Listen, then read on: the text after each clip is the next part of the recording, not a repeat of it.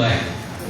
आयत्या वेळेचा शोक प्रस्ताव क्रमांक 1 बार्शीचे सुप्रसिद्ध व्यापारी मुकुंदजी सोमानी यांचे नुकतेच दुःखद निधन झाले आहे. त्यांना ही सभा भावपूर्ण श्रद्धांजली अर्पण करीत आहे.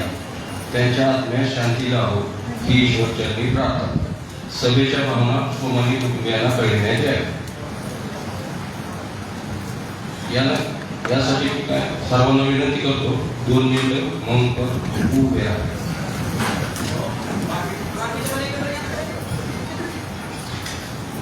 बार्शी नगर परिषदेचे विद्यमान नगरसेवक बाळासाहेब महादेव पवार यांच्या मातोश्री सुशीला महादेव पवार यांचे नुकतेच दुःखद निधन झाले.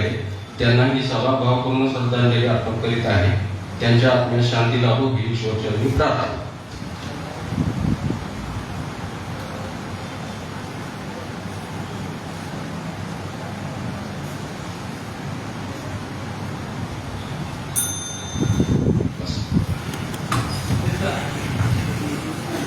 विषय क्रमांक 1 साठी मेहरबान श्री राजू भोंगाले यांनी सूचना दिलेली आहे.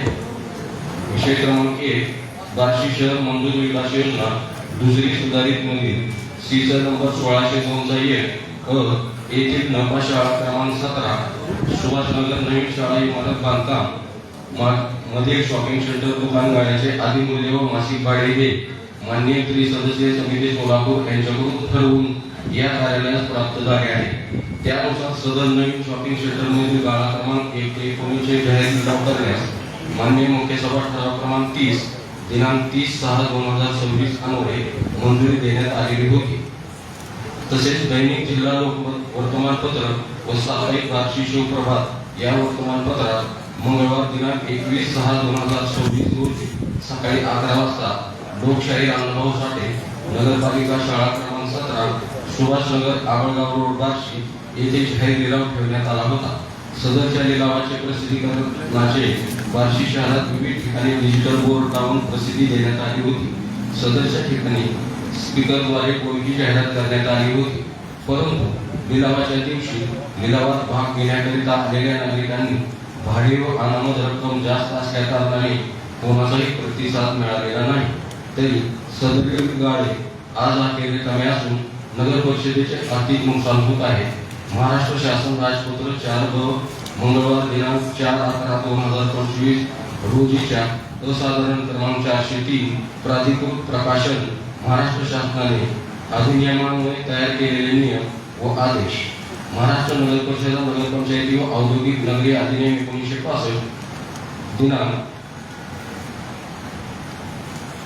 क्रमांक 12/20 प्रकरण 182 9/26 महाराष्ट्र नगर परिषद नगरपंचायती व औद्योगिक नगरी अधिनियम 1965 चा कलम 40 चे कलम 92 पोट कलम 2 मधील कलम 321 चे पोट क्रमांक 2 अन्वये प्राप्त झालेल्या अधिकारानुसार कलम 321 चे पोट क्रमांक 3 च्या तरतुदीनुसार पूर्व प्रसिद्धीच्या अधीन राहून महाराष्ट्र नगरपालिका स्थावर मालमत्तेचे हस्तांतरण नियम 1983 शासन अधिसूचना दिनांक 20/9/2019 अधिक्रमित करण्यात येत असून याद्वारे महाराष्ट्र नगर परिषद नगरपंचायती व औद्योगिक नगरी स्थावर मालमत्तेचे हस्तांतरण सुधारणा नियम 2025 तयार करण्यात आले आहे.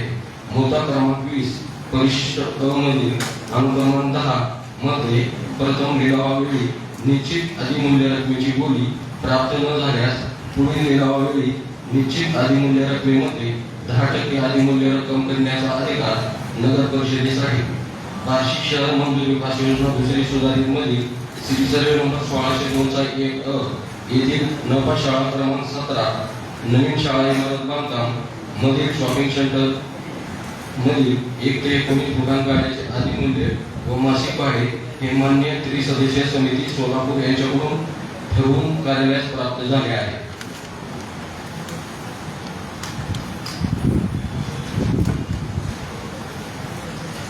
त्यानुसार सदर नवीन शॉपिंग सेंटर मध्ये गाळा क्रमांक 1 ते 19 चे 10% अधिमूल्य व भाडे कमी करून वेळेविषयी व 1 ते 19 गाळ्याचे फेर जाहीर लिलाव करून भाडे तत्त्वावर देणे कामी व त्यासाठी जाहीर लिलाव नोटीस नोटीस जिल्हा व स्थानिक वर्तमानपत्रामध्ये प्रसिद्धीकरण करून फेर जाहीर लिलाव करण्यास व त्या अनुषंगाने येणाऱ्या सर्व खर्चास मान्यता देण्यात येत आहे. सूचनेस सर्वानुमते नोंद. विषय क्रमांक 2. बार्शी नगर परिषद मधील कायम कर्मचारी यांचे मासिक देय पगारावर अपघात व मेडिकल विमा काढण्याबाबत मुख्य सभेपुढे मेहरबान काउन्सिलर यांनी वेळोवेळी सूचना दिलेल्या आहेत. त्यानुसार ग्रीन कार्यालयाचे पत्र दिनांक 7/4/2026 अन्वये शहरातील सर्व राष्ट्रीयकृत बँका यांना शासनाच्या नियमानुसार कर्मचारी यांना कोणकोणत्या सुविधा, विमा, अपघाती विमा वगैरे आपण देऊ शकता याबाबतचा सविस्तर अहवाल मागणी केला होता. तसेच दिनांक 20/4/2026 अन्वये शहरातील इन्शुरन्स व फायनान्स कंपनी यांना देखील याबाबत लेखी कळविण्यात आले असता एकूण 9 बँक व इन्शुरन्स कंपनीने लेखी म्हणणे सादर केलेले पाहिजे. IDBI बँक व युनियन बँक ऑफ इंडिया यांनी सादर केलेले सर्व फायदे इतर सर्व बँकांच्या तुलनेने कर्मचाऱ्यांच्या हिताचे होणारे आहेत. IDBI बँक यांनी मासिक देय पगारावर कर्मचारी अपघाती मृत्यू झाल्यास अपघात विमा म्हणून रक्कम ₹100 ते 125 लक्ष, कर्मचाऱ्यास काही प्रमाणात अपंगत्व आल्यास रक्कम ₹50 ते 62.50 लक्ष इतकी रक्कम वारसदारांना देय असणार आहे. तसेच युनियन बँक ऑफ इंडिया यांनी मासिक देय पगारावर कर्मचारी अपघाती मृत्यू झाल्यास अपघात विमा म्हणून रक्कम ₹115 लक्ष, कर्मचाऱ्यास काही प्रमाणात अपंगत्व आल्यास रक्कम ₹100 लक्ष, तसेच कर्मचारी कामावर असताना त्याचा नैसर्गिक मृत्यू झाल्यास रक्कम ₹10 लक्ष वारसदारांना देय असणार आहे.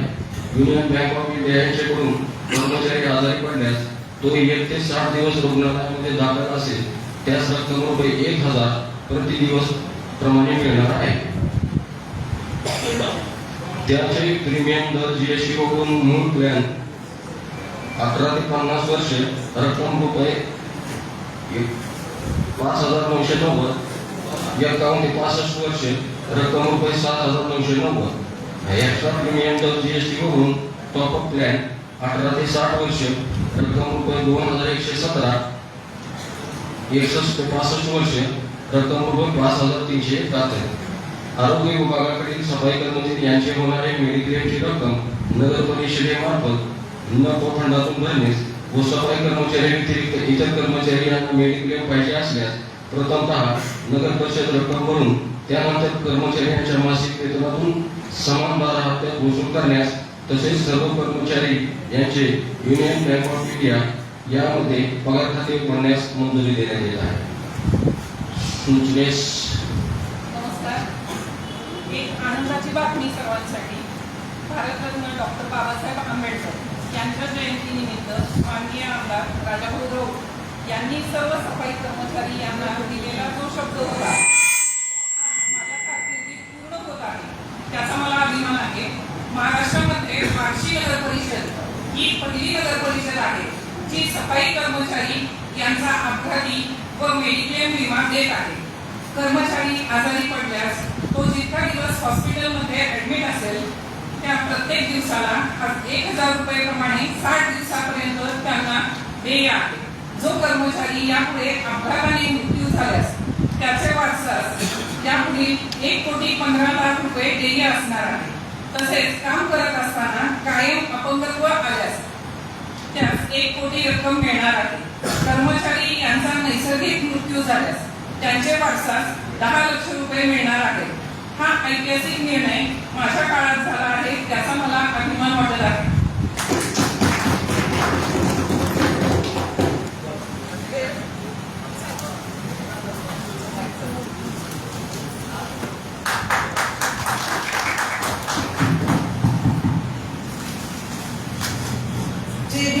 जय शिवराय. अध्यक्ष महोदय, माननीय आमदार श्री राजाभाऊ राऊत यांच्या संकल्पनेतून व पाठपुराव्याने बार्शी नगर परिषद मधील आरोग्य कर्मचाऱ्यांच्या आरोग्य विम्याची लाभाची पूर्तता करण्यासाठी आज आपण विशेष सभागृहासमोर मांडत आहोत. या माननीय डॉक्टर बाबासाहेब आंबेडकर यांच्या जयंती दिवशी कर्मचाऱ्यांच्या आरोग्याच्या कष्टापोटी आरोग्याची विम्याची संकल्प जोडला होता व त्यांची पूर्तता साहित्य रत्न अण्णाभाऊ साठे यांच्या जयंती महिन्यामध्ये होत आहे, याचा आज सर्व नगरसेवकांना अभिमान होत आहे। या योजनेतून सर्व आरोग्य कर्मचारी आरोग्याच्या खर्चाबद्दल आत्मनिर्भर होतील अशी आम्हाला खात्री आहे। कर्मचाऱ्याच्या आरोग्यविषयक खर्चाचा ताण आता त्यांच्या कुटुंबावर येणार नाही अशा प्रकारचा आरोग्य विमा पुरवणारी महाराष्ट्रातील पहिली नगर परिषद असेल व त्या सभागृहाचा आम्ही सदस्य आहोत हे आम्हाला अभिमानास्पद आहे। या नियोजनाचे श्रेय भाऊ तुम्हाला जाते, त्याबद्दल सर्व कर्मचाऱ्यांतर्फे व नगरसेवकांतर्फे तुमचे हार्दिक अभिनंदन व तसेच सफाई कामगारांचेही हार्दिक अभिनंदन। जय हिंद।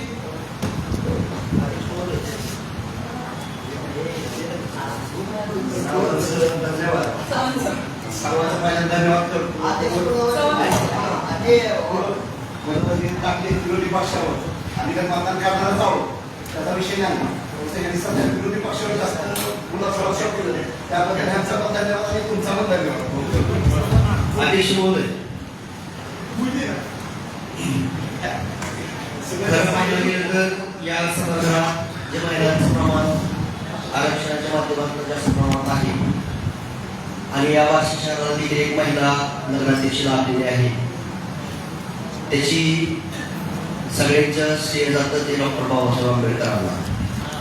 त्या डॉक्टर बाबासाहेब आंबेडकरांच्या जयंतीनिमित्त आणि मातंग समाज असेल, बौद्ध समाज असेल, मेहतर समाज असेल आणि इतर देखील समाज या सगळ्यांचीच मागणी होती की खूप दिवसापासून की ते वारंवार राजवंशी भेटायचे, तुमच्याशी भेटायचे की त्याचं कारण सफाई कर्मचारी असल्यामुळे प्रत्येकाने इथं राहायचं काम करावं लागायचं। कोरोना काळात आमच्या सफाई कर्मचाऱ्यांनी जीवाची पर्वा न करता त्या ठिकाणी स्वतःचा जीव धोक्यात घालून काम केलं। बऱ्याच कर्मचाऱ्यांना आपल्या त्या ठिकाणी जीव गमवावा लागला, काही लोकांना त्याचे दुर्गम परिणाम भोगावे लागले आणि सफाई कर्मचारी एकटाच मदत नाही तर त्याचं कुटुंब त्यात बरडलं जातं। आणि खूप दिवसापासून आम्ही राजभवनाला मागणी करत होतो, ज्यावेळेस आम्ही प्रमुख म्हणून त्यांच्याकडे गेलो त्यांना सांगितलं की असा खर्चाचा विषय असल्यामुळे आतापर्यंत महाराष्ट्रातल्या कुठल्याही नगरपालिकेने किंवा आपल्या पण इथं आता इतके वर्ष झालं नगरपालिका आपली आहे पण आपण कधीही तो प्रयत्न केला नाही, कारण हा एक धाडसी प्रयत्न आहे। कारण याला प्रचंड प्रमाणात खर्च येणार आहे आणि तो कायम येणार आहे, प्रत्येक वर्षी येणार आहे। पण काही का असताना मी या ठिकाणी आवर्जून राजभवन त्यांचे आभार मानत, राऊत कुटुंबाचे आभार मानत की त्यांनी हा धाडसी निर्णय घेण्याचं डायरेक्टली डॉक्टर बाबासाहेब आंबेडकर यांच्या जयंतीनिमित्त घोषणा पण केली आणि हा महिना हा लोकशाही अण्णाभाऊ साठे यांच्या जयंतीचा महिना आहे। एप्रिल महिन्यात त्यांनी घोषणा केली आणि आता ऑगस्ट महिन्यात आपण त्याची पूर्तता करतोय। विषय काय आहे अध्यक्ष महोदय की बरेचसे सफाई कर्मचारी आजारी पडल्यानंतर तो त्याचा बऱ्याचसा पगाराचा भाग हा त्याच्या आजारपणात जातो। साहजिकच आहे, घाणीची कामं करावं लागतात। आपण देखील आता मी जर समाजाचं काम बघितलं तर तुम्हाला सांगितलं की आपण ते पाहू शकत नाही, आपल्या जर शौचालयाचं ती साकारले तर आपण पाहू शकत नाही, एवढी वाईट अवस्था असते। मग साहजिकच आहे ते व्यसनाधीन होतात, दारूच्या आहारी जातात, त्याच्यामुळे त्यांच्या सगळ्या गोष्टीवरती परिणाम होऊन तो कर्मचारी परत ऍडमिट होतो, आजारी होतो आणि बराचसा पगार दवाखान्यात तर जातोच, उलट ते कुटुंब कर्जबाजारी होतं आणि त्याच्यामुळे हा आपल्याला निर्णय घेणं खूप महत्वाचं होतं। आपण सगळ्यांनी देखील या विषयाचं या ठिकाणी सहानुभूती कदाचित मंजूर होईल असं तर वाटायला लागले, पण हा विषय मंजूर होत असताना आपल्याला साधारणतः 22 ते 25 लाखाच्या वर्षाला खर्च येणार आहे। तर आपण त्याच्यातला पण आपण जो टॉपचा प्लॅन आहे तोच या सभागृहाने मान्य करावा आणि या सगळ्याची पूर्तता नगरपालिकेच्या फंडातनं आपण करावी अशी मी या ठिकाणी सूचना करतो। तसेच जे इतर कर्मचारी आहेत, जे सफाई कर्मचाऱ्यांच्या व्यतिरिक्त त्यांना जरी याचा लाभ घ्यायचा असेल तर त्यांना देखील आपण कमी प्रमाणात किंवा जास्तीत जास्त आपण जितकं काही अमाऊंट तुम्ही भरता येईल त्याप्रमाणे त्यांना आपण मदत करण्याचा प्रयत्न करतोय। तर ह्याच्यातनं काय होईल की जवळजवळ सगळ्याच नगरपालिका ह्याचा फायदा होईल आणि सफाई कर्मचाऱ्यांचं आपण जीवन उंचवण्याचा नक्कीच प्रयत्न करतोय। अध्यक्ष महोदय, सफाई कर्मचारी आपल्याला वाटतो की काम करत नाही तर त्यांची देखील अडचण आहे। माझे वडील स्वतः या नगरपालिकेत सफाई कर्मचारी होते, त्यामुळे मला या गोष्टीचा अनुभव आहे, या गोष्टीत मी गेलेलो आहे। त्यामुळे बऱ्याच दिवसापासून माझी देखील तळमळ होती आणि मी सुद्धा एक भाग्यवंतच आहे की त्याचा चेअरमन असताना माझ्या काळात हा या ठिकाणी विषय मंजूर होतोय. तसेच या सभागृहात जेवढे सदस्य आहेत त्यापैकी जे काही शेड्यूल कास्टचे सदस्य असतील, विरोधी पक्षातले देखील काही सदस्य असतील, आमचे बाप्पा असतील, बागडे असतील, आता पिलो काकडे असतील आणि इतर पण मागासवर्गीय सदस्य या सगळ्यांनी देखील या गोष्टीची सूचना केली, त्यावर विनंती केली आणि आपण त्या निमित्ताने हा सभागृहासमोर विषय आणतोय. मी सभागृहाला विनंती करतो की खासदारचा बजेटचा विचार न करता या विषयाला आपण बहुमताने मान्यता द्यावी. तसेच मी सभागृहाचे विशेषतः आदरणीय नानाराव साहेब, आदरणीय राजगुरू साहेब यांचे पुन्हा एकदा आभार मानतो. अध्यक्ष साहेब आपले देखील आभार मानतो. आपल्या देखील काळात हा खूप ऐतिहासिक निर्णय, कारण आपण आता मध्यंतरी आपण माहिती काढली तर महाराष्ट्रातली ही पहिलीच नगरपालिका होईल आणि कदाचित आपलं बघून इतर ठिकाणी आंदोलन उपोषणांच्या माध्यमातून पण हे अशा प्रकारे सफाई कर्मचाऱ्यांना मेडिक्लेम करण्याचा विषय सगळ्या महाराष्ट्रात लागू होईल. पण हा एक ऐतिहासिक अतिशय आनंदाचा सफाई कर्मचाऱ्यांसाठी, आमच्यासाठी, सभागृहासाठी आणि संबंध वार्षिकासाठी हा विषय आहे. एवढं मी एक बोलतो आणि थांबतो. जय हिंद, जय हिंद.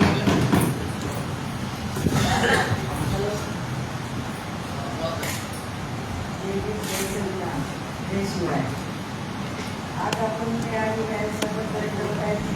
सातत्याने या गोष्टीचा पाठपुरावा पहिल्या ज्या दिवशी मला अत्यंत आज आनंद होत आहे की ज्या दिवशी मी नगरसेवक पदासाठी निवडणूक जिंकल्यानंतर काही कर्मचारी माझ्या भागातले बरेचसे सर्व कर्मचारी माझ्याकडे आले.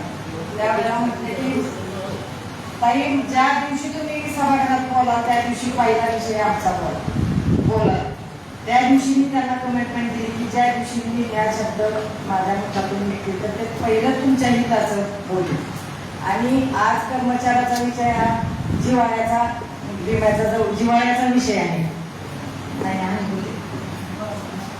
जिव्हाळ्याचा विषय आहे हा.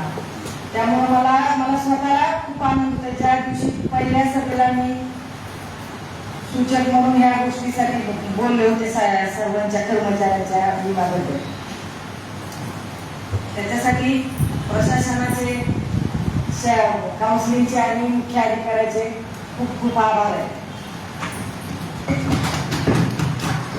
बार्शी नगर परिषद कायम कर्मचारी यांच्या मासिक देय पगारावर अपघाती व मेडिकल विमा काढण्याबाबत मुख्य सभेपुढे मी वेळोवेळी या विषयावर सखोल चर्चा विनिमय करून सूचना देण्यात आल्या होत्या. विशेषतः आरोग्य विभागातील सफाई कर्मचारी यांचे दैनंदिन कामावर असताना मयत झाले होते, परंतु नगरपालिके या कामी अपघात व मेडिकल विमा याबाबतची तरतूद केली नसल्यामुळे बरेच कर्मचारी कामावर असताना मयत झाले.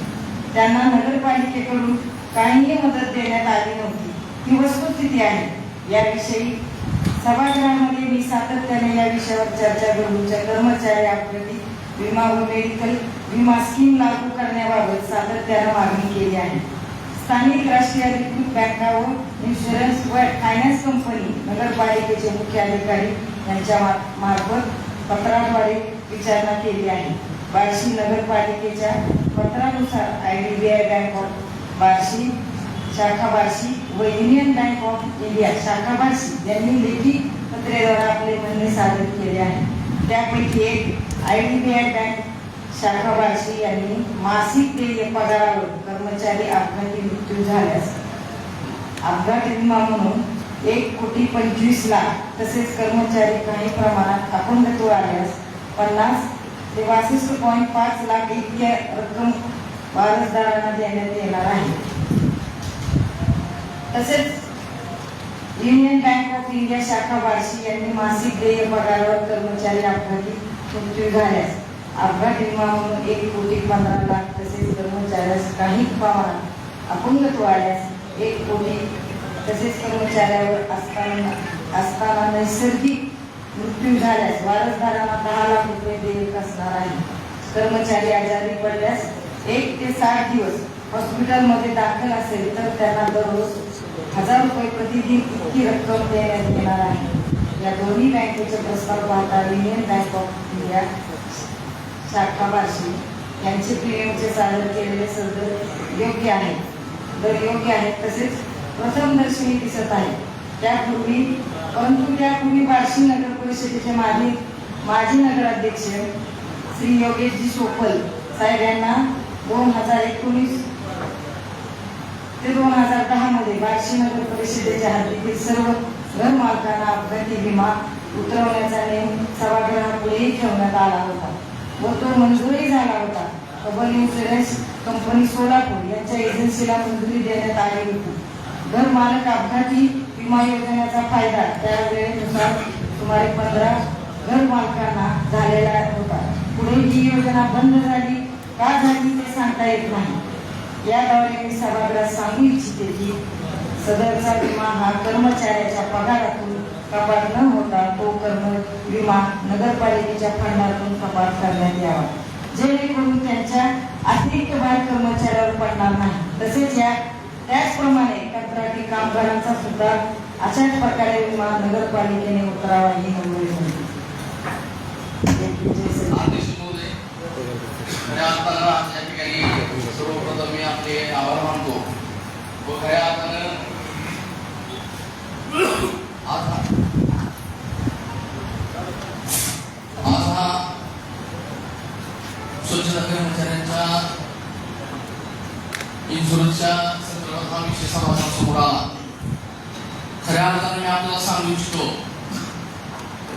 कोरोनाच्या काळामध्ये ह्या बार्शी नगरपालिकेच्या आरोग्य सभापती म्हणून त्या ठिकाणी काम करत होतो आणि आपण सगळ्यांनी पाहिलं असेल की संबंध देशामध्येच नव्हे तर जगामध्ये कोरोनाचं सावट ह्या मानव जातीवर एक संकट आलं होतं आणि अशा परिस्थितीमध्ये आपण पाहिलं असेल डॉक्टर पण हॉस्पिटल खोलायला तयार नव्हते आणि आपला माणूस पण आपल्या जवळ यायला तयार नव्हता. अक्षरशः घरातल्या फॅमिलीची लोक सुद्धा त्या लोकांना हॉस्पिटलमध्ये न्यायला तयार नव्हते.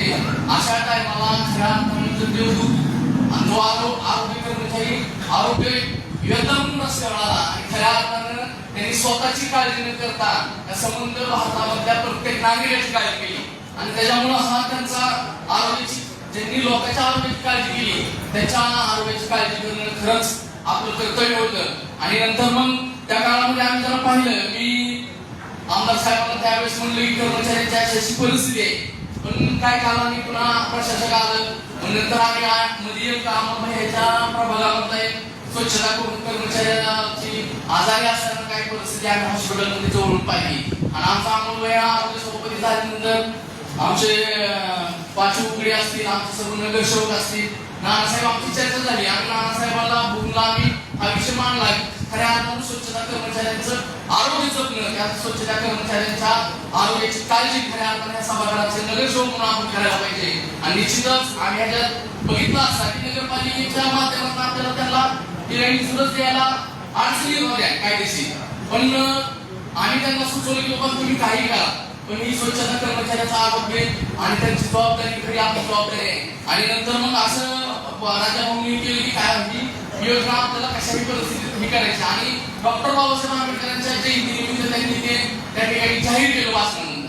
आणि आज बांधवांना बघत आहेत आपण की महामानव डॉक्टर बाबासाहेब आंबेडकरांच्या जयंतीनिमित्त जाहीर केलेली योजना आज साहित्यरत्न अण्णाभाऊ साठे यांचा जयंतीचा महोत्सव महिना आहे आणि त्या महिन्यामध्ये ही योजना या ठिकाणी सभागृहात आपल्याला आलेली आहे. आणि त्याबद्दल मी या ठिकाणी आमदाराच्या बरोबर त्यांचा आभार मानतो की खऱ्या अर्थानं बांधवांना आपण बोलत असतो की आपण सर्वांसाठी काम करायला पाहिजे, पण या ठिकाणी स्वच्छता कर्मचाऱ्याकडे थोडंसं या देशामध्ये दुर्लक्ष झालं असेल, पण बार्शी ही एक नगरपालिका या ठिकाणी ठरलेली आहे की तुमच्या नेतृत्वामध्ये आज आम्हाला अभिमान आहे की महाराष्ट्रामध्ये पहिला जर या ठिकाणी प्रस्ताव कुठं मंजूर झाला असेल तर ते बार्शी नगरपालिकेमध्ये झालेला आहे. आणि अशाच योजना अशाच ह्याच्यासाठी हा सभागृह आपल्याला उपलब्ध झालेला आहे. मी आपले या ठिकाणी आभार मानतो की आपण या ठिकाणी स्वच्छता कर्मचाऱ्यांची काळजी घेतली आणि आपण या नगरपालिका सभागृहातले सर्व सदस्य निश्चितच सर्व मताने हा विषय मंजूर करतील असाच अपेक्षित होतो. अध्यक्ष महोदय, सर्वप्रथम आपले सर्व सत्ताधारी पार्टीचे विरोधी पक्षनेत्याचे त्याचबरोबर आरोग्य सभापती सर्वांचे मनापासून मी आभार मानतो. सफाई कर्मचारी हा ऊन वारा पाऊस या कुठल्याही गोष्टीची कामानं बाळगता आपल्यासाठी अहोरात्र काम करणारा हा सफाई कर्मचारी हा कायम दुर्लक्षित राहिला होता. परंतु आज त्या सफाई कर्मचाऱ्याच्या कुटुंबिया आणि सफाई कर्मचाऱ्याला आज जो आरोग्य विमा आपण दिलेला बहाल केलेला आहे आणि अपघाती विमा बहाल केलेला आहे, मेडिक्लेम बहाल केलेला आहे. त्याबद्दल मनापासून आभार यासाठी की सफाई कर्मचारी हा कायम घालीचं काम करतो. पहाटे 5 वाजल्यापासून तो त्या नगरपालिकेच्या आवारात येतो, 6 वाजता त्याची हजेरी असते. काही सफाई कर्मचारी ऊन वारा पाऊस कशाची कामाला बाळगतात, सर्व घाण काम करतात आणि परिणामी ते आजारी पडत असतात आणि आजारपणामध्ये बऱ्यापैकी त्याचे पैसे हे दवाखान्यामध्ये जात होते. तर त्यांना त्या दवाखान्याच्या पैशामधून स्वतःचीच उपजीविका त्यांना भागवणं त्यामध्ये कठीण असतं 4-5 सदस्याच्या कुटुंबियाला. तर आज खऱ्या अर्थानं आपण त्या लोकांचा म्हणजे दुवा घ्यायचा म्हणायला काय हरकत नाही. त्याचबरोबर या गोष्टीसाठी आम्ही देखील वारंवार मुख्याधिकारी साहेबांबरोबर, आरोग्य अधिकारी साहेबांबरोबर, अमोल चव्हाण जो की आरोग्य सभापती आहेत त्यांच्याबरोबर, विरोधी पक्षनेत्याबरोबर आम्ही या बाबतीमध्ये वारंवार चर्चा करत असायचो. मी ह्या गोष्टीचा एक घटक आहे. माझे वडील या नगरपालिकेमध्ये सफाई कर्मचारी होते. मध्यंतरी 5 महिन्यापूर्वी माझा बंधू एक्सपायर झाला. तोही त्या ठिकाणी आरोग्य सेवेमध्ये काम करत होता. समाजामध्ये वावरत असताना आमच्या समाजाची अवस्था आम्हाला माहिती आहे बऱ्यापैकी. मातंग समाज, बौद्ध समाज, मेहतर समाज हा सफाई कर्मचाऱ्याचं काम करतो आणि त्यांच्या कथा जास्त करून आम्हाला माहिती असेल कारण म्हणजे आम्ही त्यांच्यामध्ये असतो. खरोखरच पुढची एकदा सर्व सभागृहाची अध्यक्ष महोदय आपले सर्वांचे मनापासून अभिनंदन, आभार. आज जो आपल्या मुख्य सदस्य विषय आला आहे आरोग्य कर्मचाऱ्यांचा अपघाती विमा मेडिक्लेम, मी प्रथमतः अध्यक्ष म्हणजे आभार मानतो. कारण 14 एप्रिलचा कार्यक्रम होता यशवंतराव चव्हाण सभागृहामध्ये. त्या सभागृहात कार्यक्रमाच्या टायमिंगला आपले आमदार राजेभाऊ तुम्ही असतात आणि आपण सर्व नगरसेवक होतो. त्यावेळेस आरोग्य कर्मचाऱ्यांची त्यांच्या जयंतीनिमित्त कार्यक्रम घेतला होता. त्या कार्यक्रमात राजाभाऊंनी शब्द दिला की तुम्ही काळजी करू नका, मी तुमच्या पाठीशी आहे. आणि त्या शब्दाप्रमाणे मराठीमध्ये म्हणे बोले तैसा चाले त्याची वंडावी मावली. त्या म्हणीप्रमाणे आज तिथं जो शब्द राजाभाऊंनी दिला होता आणि तुम्ही तिथं आम्हाला सर्व आमच्या समाजातील असतील, बौद्ध समाज असेल, दलित समाज असेल, तेथील सर्व सफाई कामगारांचा आरोग्य विमा आणि मेडिक्लेम या बाबतीत तुम्ही जो सकारात्मक निर्णय घेतला त्याबद्दल तुमचं आणि सभागृहाचं आभार मानतो. आणि माझी सभागृहाला विनंती आहे कोणत्याही प्रकारचं हे न करता पूर्ण मताने हा विषय मंजूर करून सभागृहातील सेवकांना अजून एकदा म्हणजे बोलतो की विनंती करतो सर्वांनी हा विषय मंजूर करून आपल्या कर्मचाऱ्यांना एक भेट द्यावी. धन्यवाद.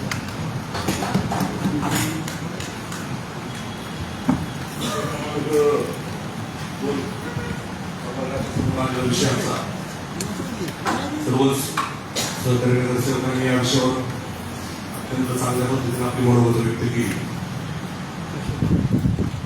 त्या विषयावर बोलण्यापूर्वी विभाग प्रमुखांकडून एक माहिती अपेक्षित आहे की अपघाती विमा आणि मेडिक्लेम हे 2 वेगवेगळे प्रकार आहेत.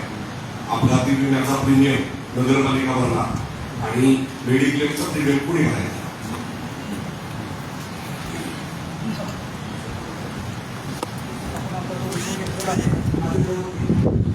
त्यानुसार आपल्या कर्मचाऱ्यांनी फक्त त्या बँकेत खातं काढलं तर आपल्याला अपघाती विमा मिळणार आहे. त्याच्यात कोणतंही शुल्क लागणार नाही.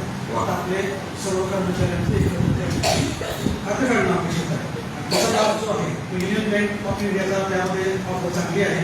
त्यानुसार जर अपघाती मृत्यू झाल्यास त्या ठिकाणी अनसिक सर्व्हिस 115 लक्ष म्हणजे 1 कोटी 15 लाख त्यांना कायमस्वरूपी अपंग जर प्राप्त झालं तर अशा वेळेस 1 कोटी आणि नैसर्गिक मृत्यू असेल तर 10 लाख अशा पद्धतीचा लाभ जो आहे त्यासाठी कोणत्याही शुल्काची गरज नाही. परंतु जो मेडिक्लेम आपण खाली टप्प्यात दिलेला आहे त्यानुसार 3 लाखाचा पहिला प्रॉब्लेम आहे, दुसरा आहे 30 लाखाचा. त्यानुसार करायचं असेल तर त्यासाठी आपल्याला शुल्क अदा करावं लागणार आहे. ते शुल्क कोण अदा करणार? आमचं प्रपोजल उत्तेजनेमध्ये दिलेलं आहे. सूचनेमध्ये माझ्या आकलनानुसार माझ्या ऐकण्यात आलं ते नफा फंडातून तो प्रीमियम भरावा हा योग्य निर्णय. कारण सफाई नाही मुख्याधिकाऱ्यांच्या टिप्पणीत मी पाहिजे होतो. मुख्याधिकाऱ्यांच्या टिप्पणीमध्ये असं म्हटलेलं आहे की हा प्रीमियम कर्मचाऱ्यांच्या पगारातून घ्यावा.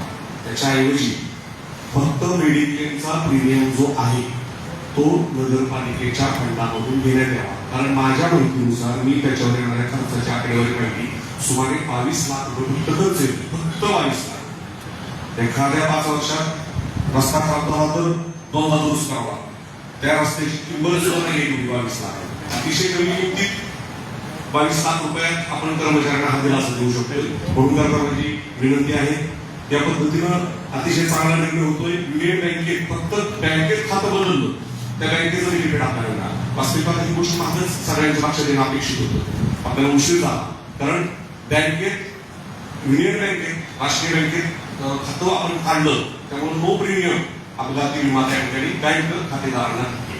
आणि हा जो मेडिक्लेम आहे, हा मेडिक्लेम त्याच्या प्रीमियम भरण्यातून मिळणार आहे, म्हणजे दवाखान्याचा खर्च. बरोबर आपण म्हटल्याप्रमाणे सर्व हा ग्रुप इन्शुरन्स म्हणून येस कर्मचाऱ्यांची संख्या जास्त आहे, त्यामुळे आपण असलेली ह्या ज्या आहेत अपघाती विमा या कॉस्ट दिलेला आहे. फक्त मेडिक्लेमसाठी आपल्याला तरी ह्याप्रमाणे आर्थिक तरतूद सुचवली. अगदी बरोबर, तेच सभागृहात अपेक्षित होतं. या सभागृहात यापूर्वी अनेकदा वारंवार चर्चा झाल्या. मंगळते असतील, लोकांचे असतील, आपण चव्हाण असतील, काकडे असतील, तुमच्या अभिनय असतील, किरदय असतील, उगले असतील, सगळेच ज्या ज्या लोकांना खऱ्या अर्थानं सफाई कर्मचाऱ्यांची दुःख यातना वेदना माहीत आहे, त्या सगळ्या नगरसेवकांनी इथं या सभागृहामध्ये पोटतिडकीनं हा विषय मांडला. सर्वांमध्ये आपण या विषयाबद्दल घेत असताना या सभागृहाचा मांडला आहे. चांगल्या विषयाला आपण सर्वांमध्ये आणि सत्ताधाऱ्यांच्या बरोबर, तुमचे सत्ताधाऱ्यांचे नेते म्हणून राजाभाऊ राऊतांनी या निर्णयामध्ये इनिशिएटिव्ह घेतला असेल, तुम्ही अध्यक्ष म्हणून महिला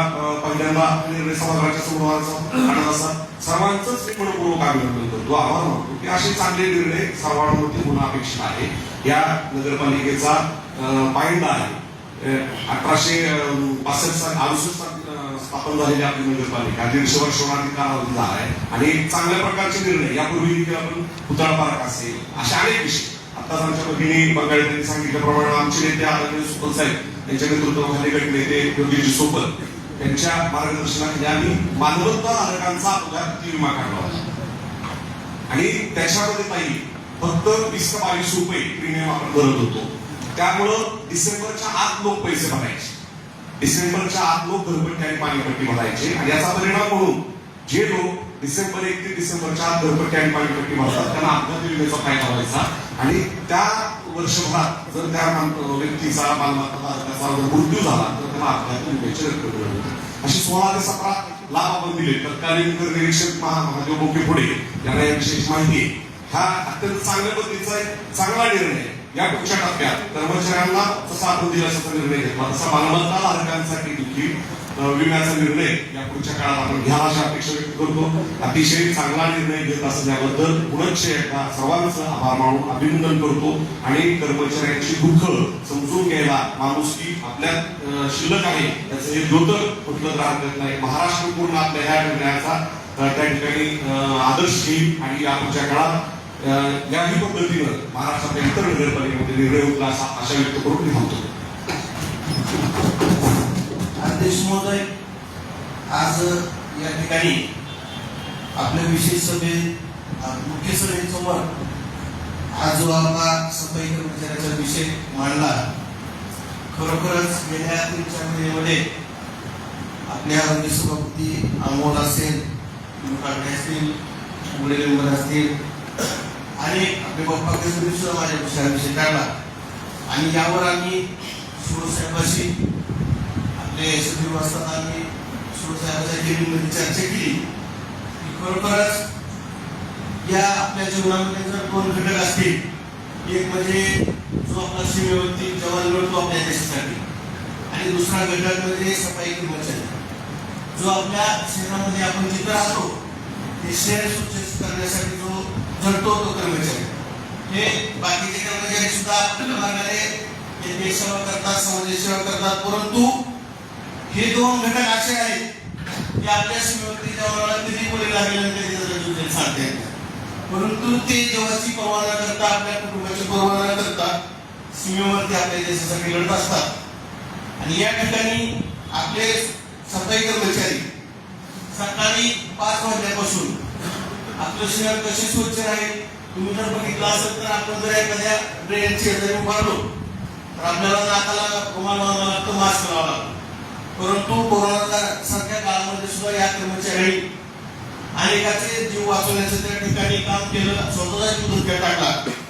आणि हा सर्वस्वी विचार करून आपल्या मुख्याधिकारी असतील, अध्यक्ष असतील, आम्ही सर्वांनी हा विचार विनिमय केला. आम्ही शिवसाहेबांनी सांगितलं की आपल्या नगरपालिकेला पूर्ण न लागता ज्या बँका आहेत त्या बँकेकडे जर आपण आपल्या कर्मचाऱ्यांची खाती उघडली तर निश्चितपणे जी बँक आपल्याला जास्तीत जास्त लाभ देईल त्या बँकेचे अनेक मॅनेजर या ठिकाणी आमच्याकडे भेटायला आले आणि जी बँक आपल्याला जास्तीत जास्त लाभ देईल त्या बँकेकडे हा कर्मचाऱ्यांचा विमा उतरण्याचा आम्ही निर्णय घेतला. आम्ही विमा सुद्धा उतरत असताना की त्या बँकेत अकाउंट काढल्यानंतर फ्री ऑफ चार्ज जे आपल्याला कर्मचाऱ्याला त्या ठिकाणी त्याचा उपलब्ध मिळणार आहे.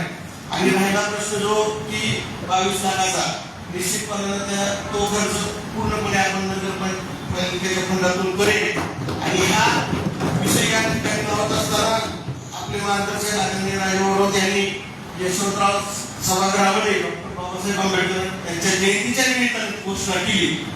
आणि बरोबर साहित्यरत्न अण्णाभाऊ साठे यांच्या जयंतीच्या महिन्यामध्ये त्याची पूर्तता नगरपालिकेच्या वतीनं करण्यात आली. या ठिकाणी आम्हाला सार्थ अभिमान आहे की त्या सभागृहामध्ये आम्ही सर्व विरोधी पक्षाचे नगरसेवक असतील, सत्ताधारी नगरसेवक असतील, कर्मचारी असतील, मुख्याधिकारी असतील, आदरणीय नगराध्यक्ष असतील, या सर्वांचं मी मनपूर्वक आभार मानतो आणि या ठिकाणी थांबतो. जय हिंद, जय महाराष्ट्र.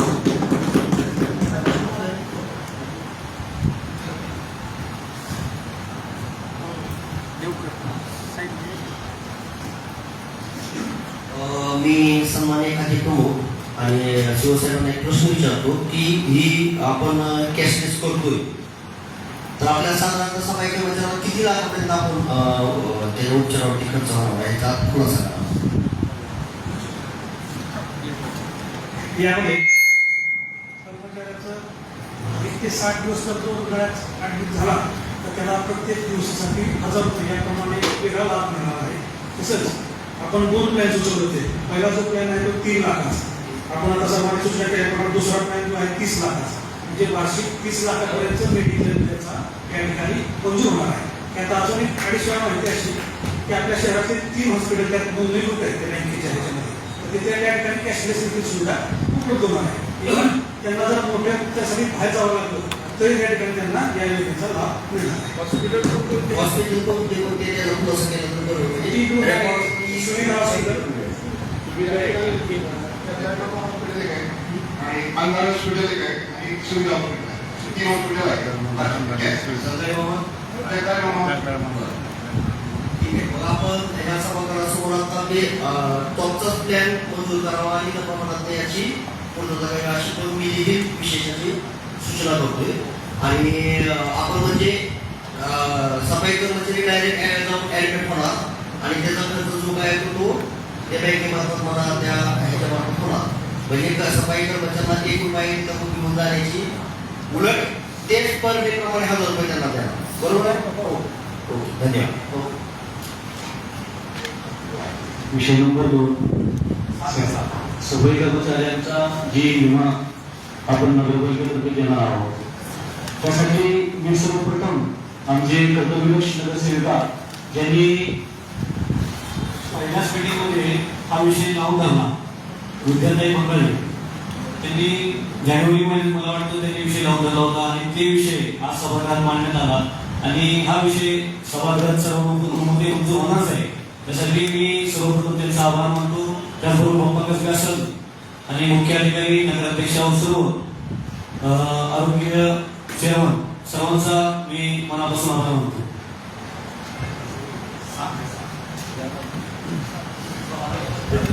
यानंतर विषय क्रमांक 3, 4, 5, 6 सर्वानुमते मंजूर. विषय क्रमांक 7 साठी 18.5 ml मलशुद्धीकरण केंद्र येथे टर्बो यंत्र बसविणे व चाचणी देणे.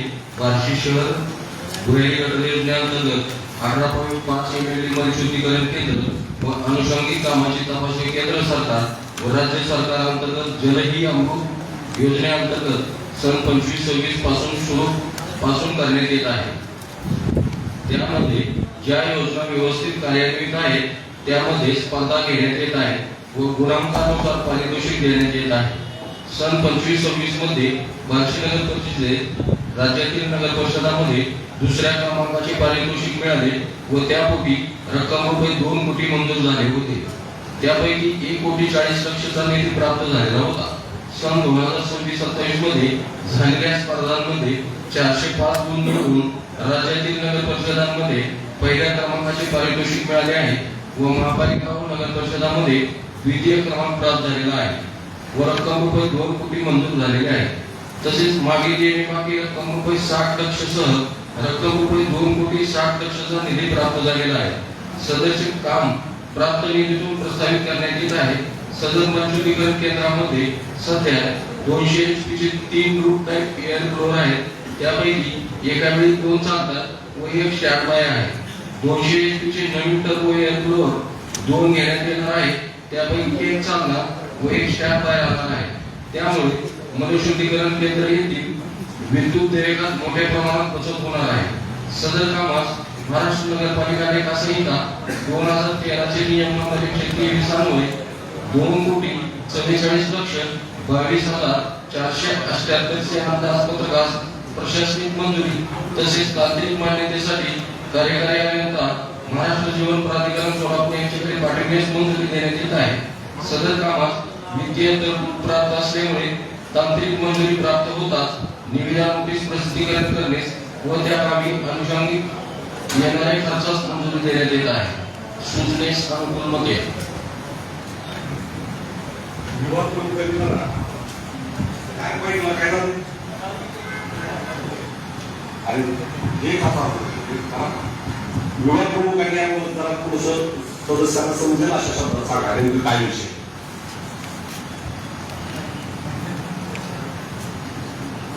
योजनेच्या बाबतीत केंद्र व राज्य शासनामार्फत एक स्पर्धा घेण्यात येते. दरवर्षी स्पर्धा घेण्यात येते. आता या स्पर्धेचे दुसरं वर्ष आहे. मागील वर्षी आपण जो रेटिंग मिळाला आपल्याला तो महाराष्ट्रामध्ये नगरपालिकेमध्ये 3ऱ्या क्रमांकाचा मिळाला व आता आपल्याला पहिल्या नगरपालिका आणि महानगरपालिका यामध्ये 3ऱ्या क्रमांकाचे बक्षीस मिळाले. त्यात 2 कोटी मंजूर झाले. त्यापैकी 560 लाख आणि आताचे 2 कोटी असे 2,60,00,000 रुपये नगरपालिकेमध्ये जमा झालेले. त्याच्या त्यामध्ये ते काहीतरी एसटीमध्ये काही सुधारणा करा आणि त्यामुळे केंद्राची सेवी होईल असं बाबतीच्या सरकारचे आहे. त्यामुळे आपण काय केले आपला 2022ला जो एसटी चालू झाला त्यामध्ये 3 रोड आहेत 200 एसटीची त्यापैकी 2 चालतात आणि 1 स्टँड आहे. आता नवीन त्याच्यामध्ये टर्बो रोड टाकताना आपण 2च टाकत होणार, 1 चालणार आणि 1 स्टँड राहणार. त्यामुळे जवळपास 50% एअरपोर्टचे जे बिलिंग होते त्यामध्ये 50% कमी होणार आहे. त्यामुळे महिन्याला साधारणतः 4 ते 5 लाख बचत होणार आहे. विषय क्रमांक 8 प्रभाग क्रमांक 2 वाईन प्लॉट आवाज आदायांच्या घराजवळ व मंगळी किराणा समोर एक बाजू आरसीसी गटर करणे प्राप्त रक्कम रुपये 6,29,397. अनुक्रमांक 2 प्रभाग क्रमांक 2 वाईन प्लॉट वाळूवामारे घरते बगाडे किराणा एक बाजू आरसीसी गटर करणे 7,42,045 रुपये. अनुक्रमांक 3 प्रभाग क्रमांक 2 वाईन प्लॉट बगाडे किराणा ते अजय येडके घर एक बाजू आरसीसी गटर करणे 7,42,045 रुपये. अनुक्रमांक 4 प्रभाग क्रमांक 2 वाणी प्लॉट घरचे घरासमोरील गल्लीमध्ये तसेच संदीप वाणी घर ते जाधव घर एक बाजू आरसीसी गटर करणे 4,74,488. वरील अनुक्रमांक 1 ते 4 कामास महाराष्ट्र नगरपालिका लेखा संहिता 2013 नियम नंबर 123 अन्वये एकूण रक्कम रुपये 25,87,975 चे अंदाजपत्रकास प्रशासनिक मंजुरी देण्यात येत आहे. सदरील कामाची प्रकरणे नगराध्यक्ष यांच्याकडे तांत्रिक मान्यतेसाठी पाठविण्यास मंजुरी देण्यात येत आहे. वरील काम करण्यासाठी नवीन गटारे बांधणे या लेखाशीर्षावर सन 26-27 च्या अंदाजपत्रकामध्ये रक्कम रुपये 500 लक्षाची वित्तीय तरतूद करण्यात आलेली आहे. परंतु सदर लेखाशीर्षावर यापूर्वी अन्य कामे हाती घेण्यात आलेली आहेत. त्यामुळे सदर लेखाशीर्षावर वित्तीय तरतूद उपलब्ध झाल्यानंतरच सदरची कामे नवीन गटारे बांधणे जिल्हा नगरोत्थान योजना शासनाच्या योजनेमधून हाती घेण्यात आली. माननीय जिल्हाधिकारी कार्यालय सोलापूर किंवा शासनाकडे प्रस्ताव पाठविण्यास मंजुरी देण्यात येत आहे, तरी वरील कामास वित्तीय तरतूद अनुदान प्राप्त झाल्यानंतर निविदा नोटीस प्रसिद्धीकरण करणे व त्या अनुषंगी येणाऱ्या खर्चास मंजुरी देण्यात येत आहे. सूचनेस अनुकूल मते.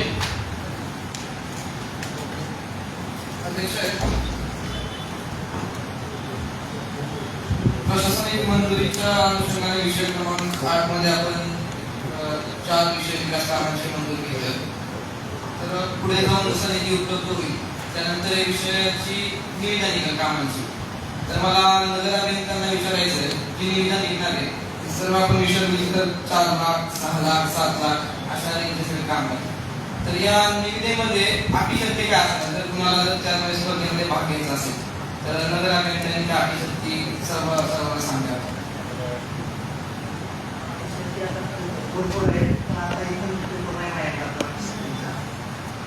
तरी साधारण काय कशा प्रकारचे आतापर्यंत ज्या प्रकारच्या कामाला जे आपण नॉर्मल लावतो त्याचे रजिस्ट्रेशन असावं, त्याचे लेबर लायसन असावं आणि त्यांच्याकडे EPFचं हे असावं आणि बांधकामाचा अनुभव असतो. आपण अनुभवाच्या ऐवजी त्या ठिकाणी आपण यापूर्वी केलेल्या कामाची यादी घेऊन घेतो त्यांच्याकडून स्टाफ काय आहे ते मागवतो.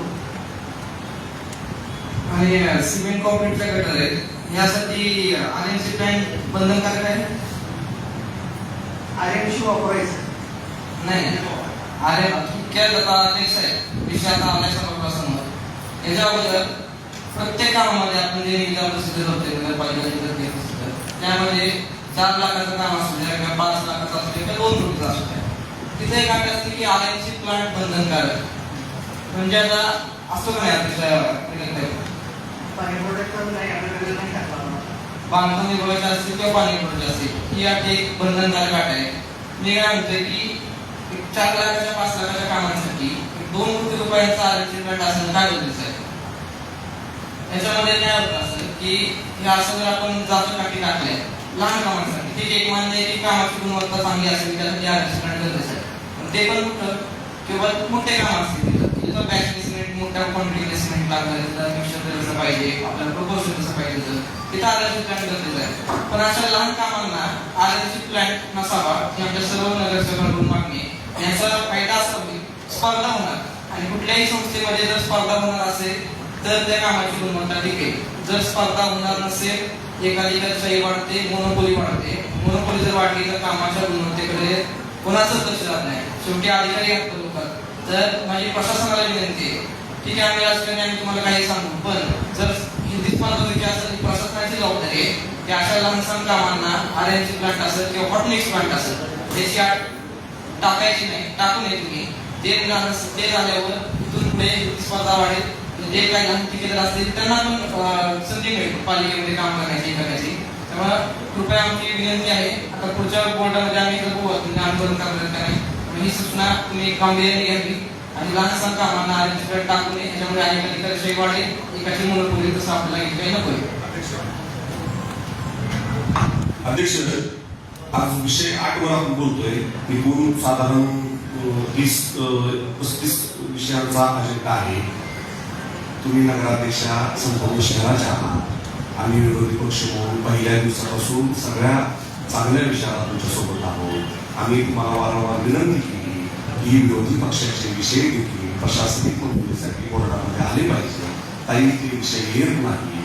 7 महिन्यात जर आता शेवटी टॅक्स पेड नागरिक हा सगळ्या पावशी शहरात राहतो आणि त्या प्रभागातून निवडून आलो ते आवश्यक काम आहे. त्याच्या याद्या तुमच्याकडे दिली आहे प्रशासनाकडे त्या याद्या उपलब्ध आहे आणि कोणत्याही विषयाला आमची विरोध करण्याची मानसिकता नाही.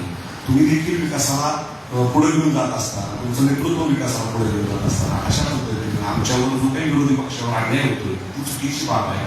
पुन्हा एकदा आपल्या नजरेत सांगतो या पुढच्या काळात त्याचा परत रिपिटेशन होता कामा नये. विरोधी पक्ष ठीक आहे तुमची 100 कामं घ्या, आमची 60 कामं घ्या, 40 कामं घ्या, 50 कामं घ्या, 30 कामं घ्या, 20 घ्या, काहीतरी जे इसेन्शियल आहे जे गरजेचे आहे ज्याच्यासाठी लोकांचे खरोखरी अडचण आहे काम घेणं काय अडचण आहे. पण कामं घ्या म्हणजे आमची कामं प्रशासनिक मंजुरीला लावा. कामं घ्या म्हणजे आम्ही काही ठेकेदार नाही. त्यामुळे माझी विनंती आहे आपल्याला कृपा करून आपल्या नेतृत्वानं या बाबतीत दिलासा राहील. सर्व बार्शी शहरातले विषय लागतील असा प्रयत्न करावा. धन्यवाद. सूचनेस अनुकूल मध्ये सूचना सर्वांमध्ये मंजूर.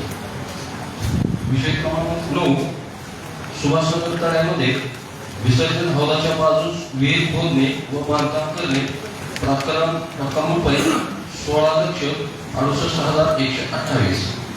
बार्शी शहरास पाणी पुरवठा करणारा चांदणी मध्यम प्रकल्पात जून 2026 पासून पाणी नसल्यामुळे शहराचा पाणी पुरवठा बंद आहे. तसेच यावर्षी पावसाचे प्रमाण अत्यल्प असल्यामुळे चांदणी मध्यम प्रकल्प पूर्णपणे भरेल असे वाटत नाही. त्यामुळे पर्यायी व्यवस्था म्हणून सुभाषनगर तळ्यामध्ये विसर्जन हौदाच्या बाजूस विहीर खोदणे व बांधकाम करण्याची आवश्यकता आहे. सदस्य पाणी जलशुद्धीकरण केंद्र येथे घेऊन शहरात पाणी पुरवठा करणे सोयीचे होईल. वरील कामास महाराष्ट्र नगरपालिका लेखा संहिता 2013 चे नियम नंबर 123 अन्वये रक्कम रुपये 16,68,128 चे अंदाजपत्रकास प्रशासनिक मंजुरी देण्यात येत आहे. तसेच तांत्रिक मान्यतेसाठी कार्यकारी अभियंता महाराष्ट्र जीवन प्राधिकरण सोलापूर यांच्याकडे पाठवण्यास मंजुरी देण्यात येत आहे. वरील काम करण्यासाठी विहिरी मेंटेनन्स या एका शीर्षावर 2026-27 अंदाजपत्रकामध्ये रक्कम रुपये 2.20 लक्षाची विक्री तरतूद करण्यात आलेली आहे. परंतु सदस्य काम करणे आवश्यक आहे. त्यामुळे सदर एका शीर्षावर वित्तीय तरतूद उपलब्ध झाल्यानंतरच सदस्य काम विहिरी मेंटेनन्स नगर परिषद निधी अण्णाभाऊ साठे नागरी वस्ती सुधारणा जिल्हा नगरोत्थान योजना शासनाच्या अन्य योजनेमधून हाती घेण्याकामी माननीय जिल्हाधिकारी कार्यालय सोलापूर किंवा शासनाकडे प्रस्ताव पाठवण्यास मंजुरी देण्यात येत आहे. तरी वरील कामास वित्तीय तरतूद अनुदान प्राप्त झाल्यानंतर निवेदन पोलीस प्रसिद्धीकरण करण्यास व त्या अनुषंगी येणाऱ्या खर्चास मंजुरी देण्यात येत आहे. अध्यक्ष महोदय, तळ्यात निरुपणाचा प्रकार थोडासा विभाग प्रमुखांनी माहिती दिली बरोबर. तळ्यात निरुपणाचं काय कारण? हा विभाग प्रमुखांनी मला विभाग प्रमुखांनी उत्तर अपेक्षित आहे. बरं हा अध्यक्ष महोदय, विभाग प्रमुखांनी बोलायचं नाही का?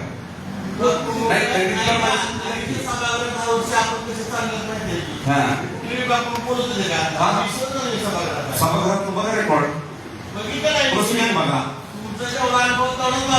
तुमच्या बरोबरच आहे मी सभागृहात. अध्यक्ष महोदय, या ठिकाणी मला विभाग प्रमुखांकडे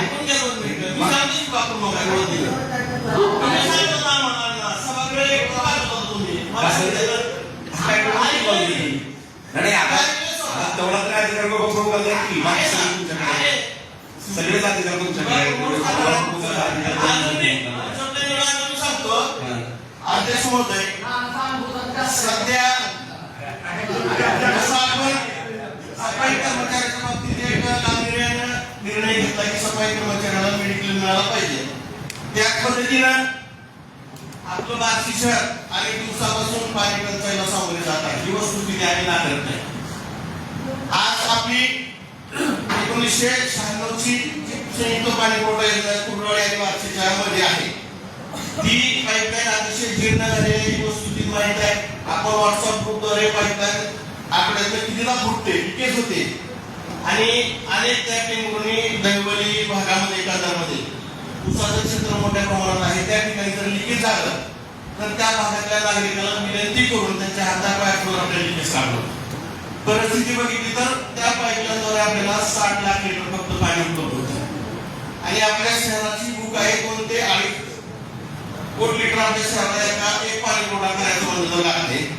आणि या सगळ्या गोष्टी लक्षात घेऊन भविष्यामध्ये आता तुम्ही बघितलं असेल तर चांदणी तलाव हा पूर्णपणे आटलेला आहे. चांदणी तलावामध्ये कुठल्याही प्रकारचं त्या ठिकाणी पाणी नाही आणि अशी परिस्थिती असताना पाण्यावरती नुसते आंदोलन करून भागत नाही की पाणी बाकी शहराला जास्तीत जास्त कसं मिळालं पाहिजे याच्यावरती उपाययोजना करावा लागतो. त्या दिवशी आम्ही शिवसाहेबांच्या कॅबिनेटमध्ये बसलो असता उजनी जरा 100% वाहलेला आहे. पाणी आपलं अतिरिक्त वाहून जातोय. ही गोष्ट आम्ही सन्मान्य आमदार राजभर त्यांच्या कानावरती घातलं आणि आमच्या दीपक आबांनी सांगितलं की आपलं लक्षाच्या वाडीला आपलं जो हे आहे उजनीचं पाणी आपण तिथून पुढं हौद आहे त्या हौदातून आपली चालणीची जी लाईन आहे फक्त 600 मीटरवरती आहे.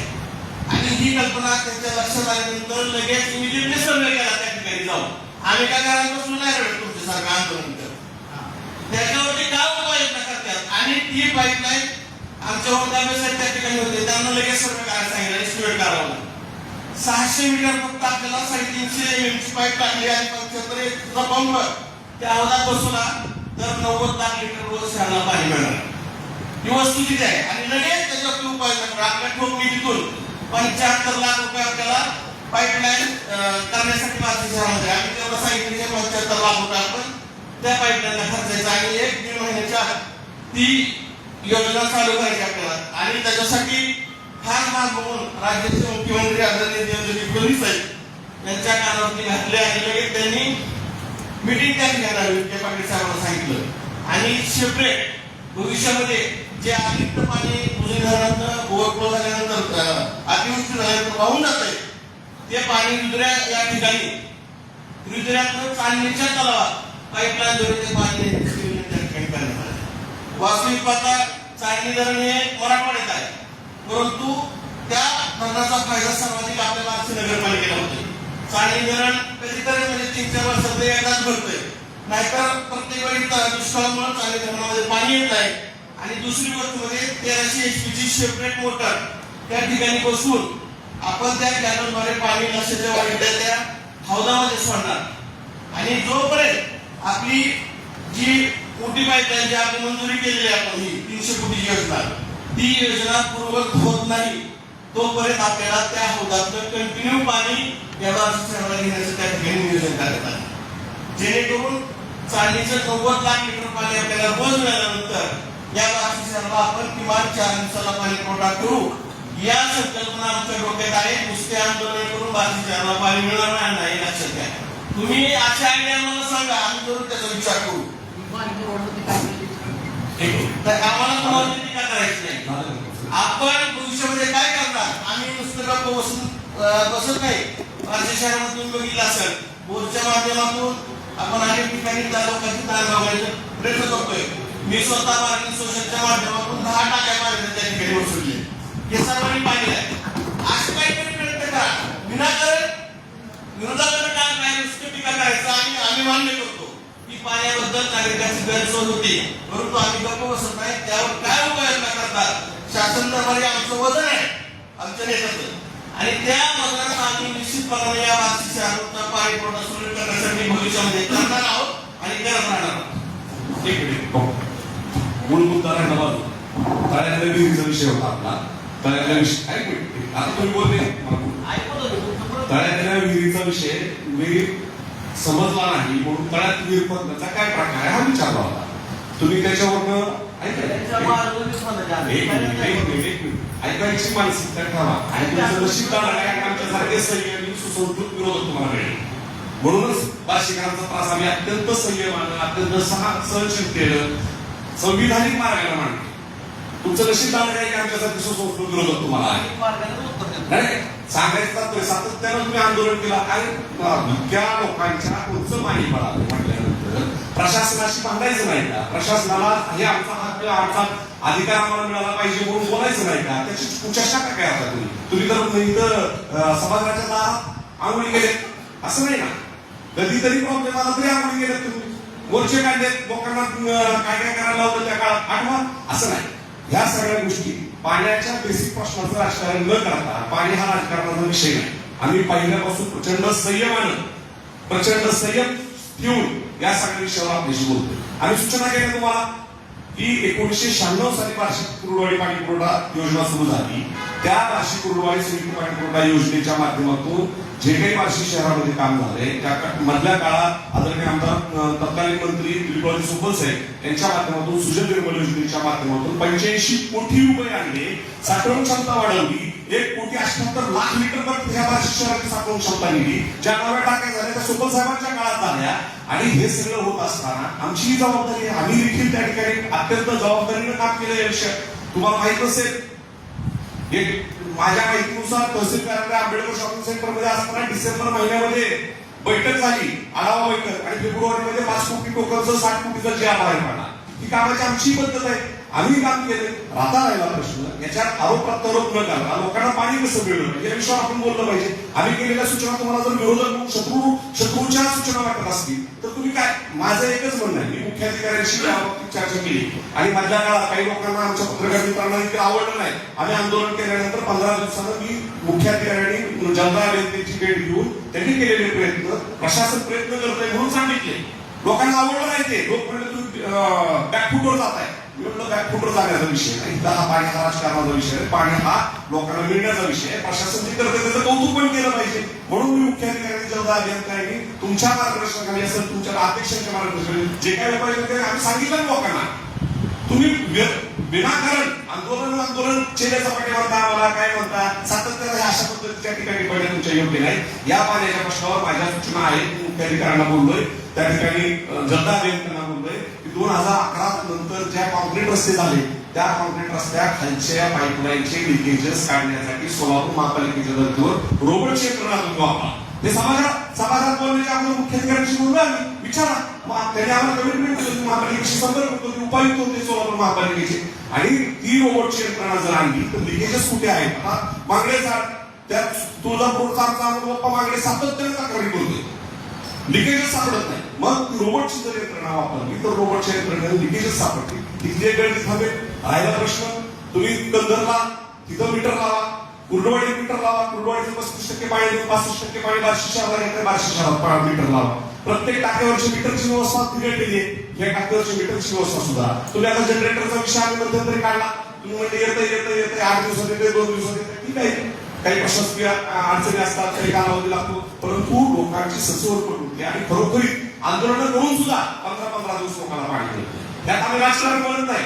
त्यात आम्ही खूप आता शेवटी तुम्ही प्रत्येक गोष्टी जर स्वतःच्या अंगावर घेऊन आम्हाला जर शत्रू बाळा लागणार असाल, शेवटी तुमचं आमचं कमिटमेंट लोकांच्या पाणी प्रश्नावर चर्चा करत असताना साधक पद्धतीने आमच्या काही सूचना आहेत, आमच्या ज्या काही गोष्टी आहेत काय ऐका ना. दुसरी महत्वाची गोष्ट, वॉल ओपनर जे की रिटायर झालेले आहेत, रिटायर वॉल ओपनर नंतर आउटसोर्सिंगचं काम सुरू आहे. आउटसोर्सिंगच्या वॉल ओपनरला त्या विभाग प्रमुखांना त्या ठिकाणी आजही प्रशिक्षणाची गरज आहे की वॉल कोणत्या प्रमाणात किती प्रमाणात सोडले गेले. काही वॉल ओपनर चांगलं काम करतात, काही वॉल चुकीचं काम करतात, त्यांना फक्त निघून जायचं असतं, 6-6 वॉल एकत्र सोडतात, त्यामुळे पाणी प्रेशर तर मिळत नाही. तो एक टप्प्याटप्प्याने वॉल सोडला पाहिजे. त्या बाबतीत आम्ही सूचना केली. त्या सूचनाकडे काही केलं आहे का? आणि तुम्ही जर प्रत्येक गोष्टीला राजकारण करता म्हणून जर ओढला असाल. राहिला प्रश्न, ही योजना आमदार दिलीपरावजी सुपल साहेबांनी मंजूर केली, ती अवघ्या 4 वर्षात पूर्ण झाली. महाराष्ट्र जीवन प्राधिकरणकडे तुम्ही माहितीच्या अधिकारात अर्ज टाका की बाबा बार्शी कुर्डवाडी संयुक्त पाणी पुरवठा योजनेची मंजुरी प्रशासकीय कधीची आहे, योजना कधी मंजूर झाली आणि पाणी कधी आलं. राहिलं मधल्या काळात महाराष्ट्र जीवन प्राधिकरण या योजनेवर काम करत होतं आउटसोर्सिंगचं. 50 लाख रुपये त्याच्यावर खर्च होत होता. तो 50 लाख रुपयाचा खर्च वाचवण्यासाठी सुपल साहेबांच्या माध्यमातून दिवंगत उपमुख्यमंत्री आदरणीय अजितदादांनी आम्ही मागणी केली की महाराष्ट्र जीवन प्राधिकरणचा पांढरा हात कायमाला पोसायची वेळ आली. कारण ते पण काय करतात, ठेकेदारीच्या स्वरूपातच त्या ठिकाणी आउटसोर्सिंग या पाणी पुरवठा योजनेचं काम पाहत होते. मग अजितदादांनी ही योजना हस्तांतरित करण्यापूर्वी आरडानाला ते त्या ठिकाणी रिझोले हा मधला 2.5 किलोमीटरचा स्पॅन, 2.5 किलोमीटरचा अंतर जे की ब्लॅक सॉइल मधलं काळ्या मातीत नव्हतं आणि त्या ठिकाणी आकुंचन आणि प्रसरण पावण्यामुळे सातत्याने लाईन लिकेजचा प्रॉब्लेम येत होता. तो 100% निधीतनं शिवसैनिक आहे, कुठली योजना 100% निधीतनं निधीच आहे. अजित कुमार जे सुदैवाने ते आपल्याकडे सीओ म्हणून IAS झाल्यानंतर सीओ म्हणून आले होते.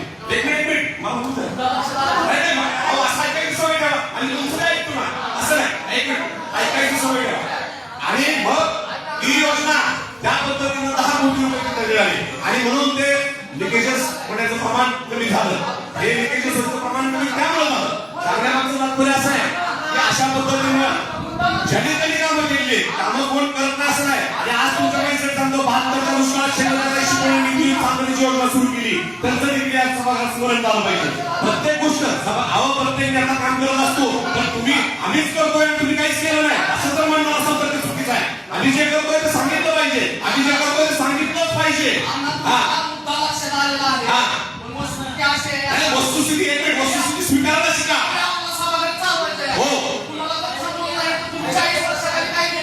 100% चुकीची परिस्थिती जर तुम्ही सांगत असाल, चुकीच्या पद्धतीने जर आता तुमच्या वाक्यातलं जिरणपणा सांगतो मी तुम्हाला. तुम्ही म्हणता लाईन जीर्ण आहे, जीर्ण नाही होतं पाणी कसं येतंय? आज मी कंदर ते आरडानाला पाणी कुठून येतंय? जुन्या लाईन मधूनच येतंय. नवीन लाईन तुमच्या आरडानाला पाहिजे. ऐकायला शिकायला थोडस असं नसतं. कोण सांगितलं असतं ना, 100% सांगितलं. चांगलं काम सांगितलंच पाहिजे. आणि तुमचं ऐकतो की नाही? आधी तुमचं ऐकतो की नाही? हे बरोबर नाही. अध्यक्षताई हे बरोबर नाही. अध्यक्षताई हे बरोबर नाही. आधी पण बोल. एक मिनिट. यात एक वाक्य खोटं असेल एक वाक्य दाखवायचं. जे एक वाक्य खोटं दाखवायचं तुम्ही.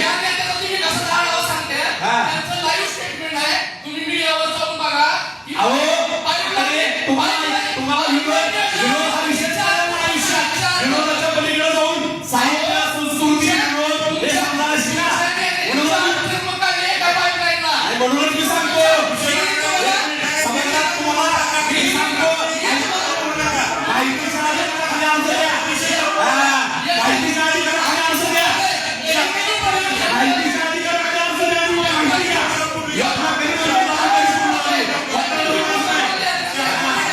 खोटं बोलण्यात तुमचं आयुष्य चाललंय.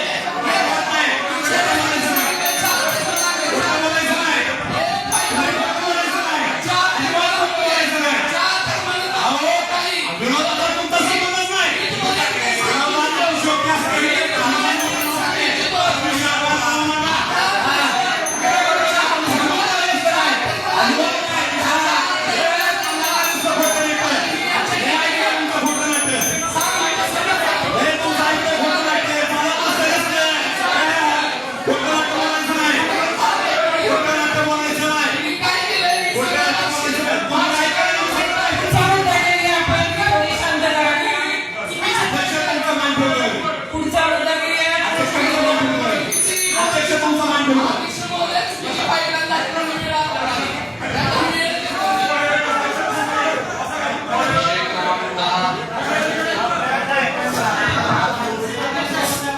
अध्यक्ष महोदय, काय होता तळ्यात विहीर खांदायची चुकीचं संभ्रम निर्माण करायचं आहे.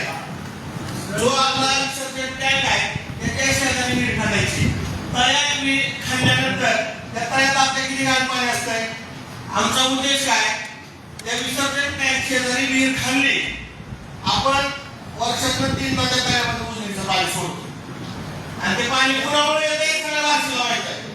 आणि त्या विहिरीद्वारे जे तळ्याचं पर्क्युलेशन आहे, विहिरीमध्ये आपण विहीर खोदल्यानंतर त्याला त्या तळ्याच्या वरती त्या विहिरीला आपण कॉन्क्रीटचं कडे टाकणार आहे आणि त्या विहिरीमध्ये त्या तळ्यातलं शुद्ध पाणी येणार आहे आणि त्या पर्क्युलेशन मध्ये शुद्ध पाणी येणार आहे आणि ते पाणी जवळपास माझ्या माहितीनुसार 10 लाख लिटर पाणी आपल्याला त्या ठिकाणी मिळणार आहे. ही योजना आहे. लोकांमध्ये संभ्रम करायचा नाही की तळ्यामध्ये विहीर कशी काय लागणार. तुमची परवानगी आहे का? तळ्यामध्ये ज्या वेळेस अतिवृष्टी होते त्यावेळेस अतिशय मोठ्या प्रमाणात पाऊस होतो त्यावेळेस वरच्या कॅचमेंट मधून येणारं पाणी उत्तर देतो आगमन करण्यासाठी.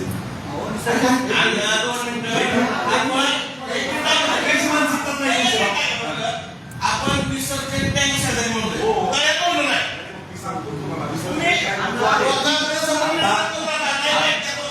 आता विसर्जन टँक जो आहे ना तो कुठं आहे? तळ्यातच आहे. मग किती अंतर आहे? पाणी आले का विसर्जन टँक काय अर्थ आहे? थांबा बाई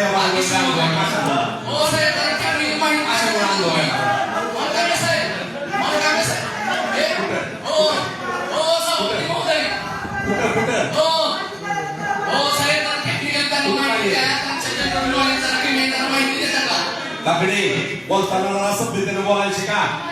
जनरल नॉलेज मला कमी आहे का जास्त आहे तुम्हाला काय माहिती? माझ्या जनरल नॉलेजचा अभ्यास करा तुम्हाला पाठवलं काय? बोलताना सन्मानजनक बोलत जावा.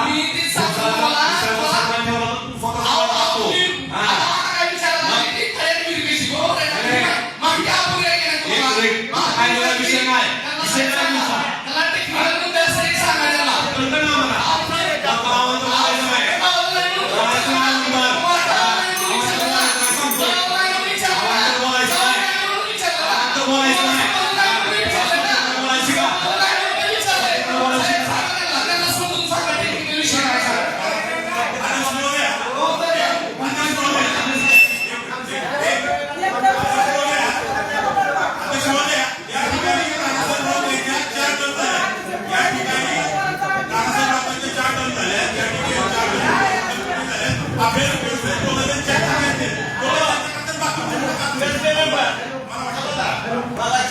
आरोप झाला की आमची काम घेत आहे.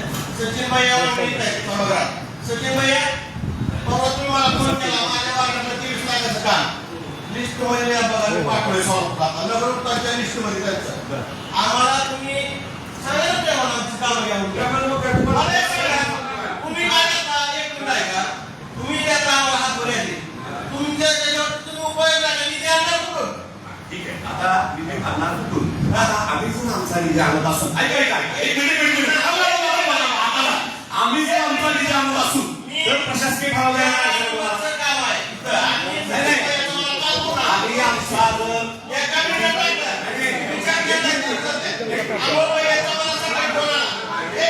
दलित वस्तीमधली प्रवासाची प्रशासकीय मंजुरी असलेली कामं किती पेंडिंग आहे तुम्ही तिथं जाऊन नाकारली आणि तुम्ही स्वतःची कामं करून घेतली.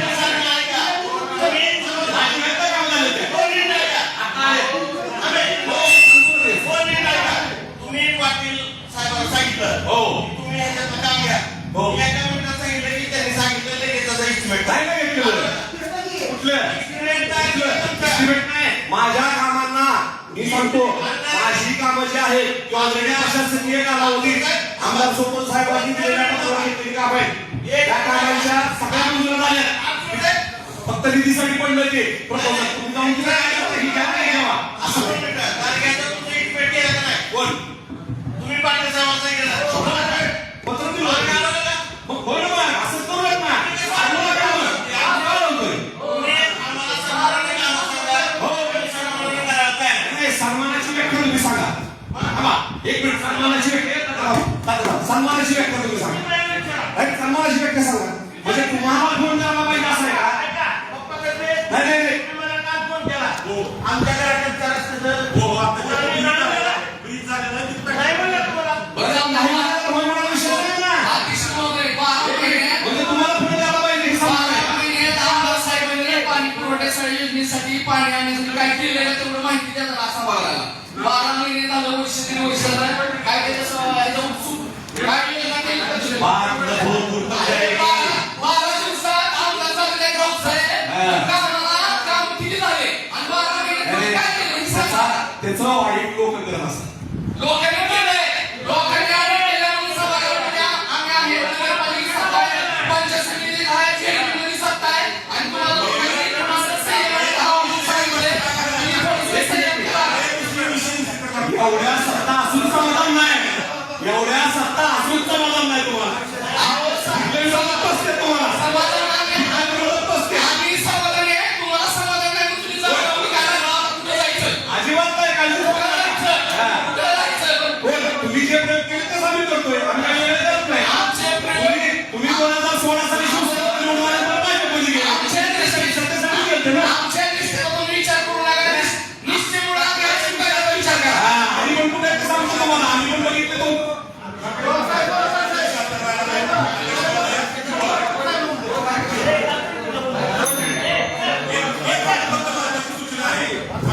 विषय क्रमांक 10 साठी आपल्या पोस्टविधीने नागेशांना कुठे पाण्याच्या विषयावरती सांगितलंय नानांनी सांगितलं की पाण्याच्या नियोजनाच्या बाबतीमध्ये त्यांचं काय चाललंय नागेशांना वाटले त्यांनी त्याच्या पद्धतीने बोलले फक्त माझी एक छोटी सूचना सभागृहाने एवढीच आहे की येत्या 2-3 दिवसामध्ये आपले पाणी पुरवठ्याचे अभियंता रिटायर होत आहे कोणकामे हे आपले अनुभवी अभियंता आहे पाणी पुरवठा विभागाचे तर त्या ठिकाणी आता त्या रिपोर्टिंग मॅडम आलेल्या आहेत त्यांना त्यांच्या कामाचा अनुभव मला वाटतं त्यांची पहिलीच नियुक्ती आहे एपीसीच्या मार्फत त्या आलेल्या आहेत त्यांना शुभेच्छा आहेत आपण त्याच्यावर राहणार परंतु कोणकामे जर रिटायर झाल्याच्या नंतर पाणी पुरवठ्याच्या विभागामध्ये खूप मोठी त्या ठिकाणी मला वाटतं अडचण शब्द वापरणे योग्य नाही पण तू गैरसोय नक्कीच होणार आहे त्या ठिकाणी त्याकरिता माझी विनंती सभागृहाला अशी होती शिवसाहेब तुम्हाला नानासाहेबांना विरोधी पार्टीतल्या आमच्या विरोधी पक्ष नेत्यांना अध्यक्ष की जर पाण्याचे योग्य नियोजन करण्यासाठी ज्या पद्धतीने काही कन्सल्टन्सी नेमल्या जातात त्या पद्धतीने फॉर एक्झाम्पल सांगायचं म्हणलं तर टाटा कन्सल्टन्सी सारख्या तर आपण ह्याची अशी काही मदत घेऊ शकतो का शहर भागामध्ये विकास कामामध्ये आपण कुठेही पैसे जात असतात आपले त्या ठिकाणी समजा थोडेफार पैसे कन्सल्टन्सीला मिळले त्याच्यामधून जर आपल्याला त्याचा काय फायदा झाला पाण्याच्या काही नियोजनाच्या बाबतीमध्ये काय घडलं तर बघा का तर मला वाटतं तो कोण कामे साहेब रिटायर होत आहे आणि ओमकार पत्र बघितल्याच्या नंतर मला वाटत नाही त्यांचा बार्शी नगरपालिकेसाठी त्यांची कृतज्ञता म्हणून ते थोडे दिवस थांबून परत नगरपालिका जॉईन होती, परंतु कायम स्वरूपी मात्र ते नक्की नसणार आहे. त्याकरता सुद्धा त्याच्यावरती ठोस उपाय म्हणून कन्सल्टन्सी या बाबतीत विचार करावा. अध्यक्ष महोदय, मला एक सांगावंसं वाटतंय, जसं आता आपल्याला पाणी नाही भेटलं त्याच्याबद्दल चर्चा चालू आहे, जे आम्ही सगळेजण ऐकतो नवीन जे आहे ते नगरसेवक. पण मला वाटतं जे आतापर्यंत भाऊच्या हातून जेवढे आतापर्यंत जे कामं झालेले आहेत त्याचे कौतुकही झालं पाहिजे. आणि भाषणात पाणी हे जीवन म्हणणार आहे, भाषणात न सांगता तुम्ही जाणून दाखवणारे 100% पाण्याचे काम करणारे विकास रंगराज भाऊराव यांचे मला आभार व्यक्त करावंसं वाटतंय की 100% ते काम करणारच.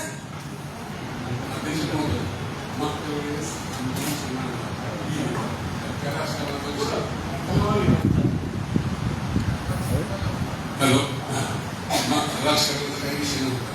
मागच्या मीटिंगला सांगितलं होतं मी त्यावेळेस बरोबर आहे, त्या राजकारणाचा विषय नाही. सभागृहाला एक विनंती आहे की एखादा सदस्य बोलताना दुसरे ऐकून घ्या. ज्यावेळेस मी बसेल त्यावेळेस दुसरे बोला. एक शब्द दिला नानासाहेब तुम्ही की पटेल चौक ते नक्की पाहा रोडच्या संदर्भात 8 दिवसात करतो. आणखी आता कशा पद्धतीने केला हे तुम्ही बघा आणि आम्हाला योग्य ते उत्तर द्या.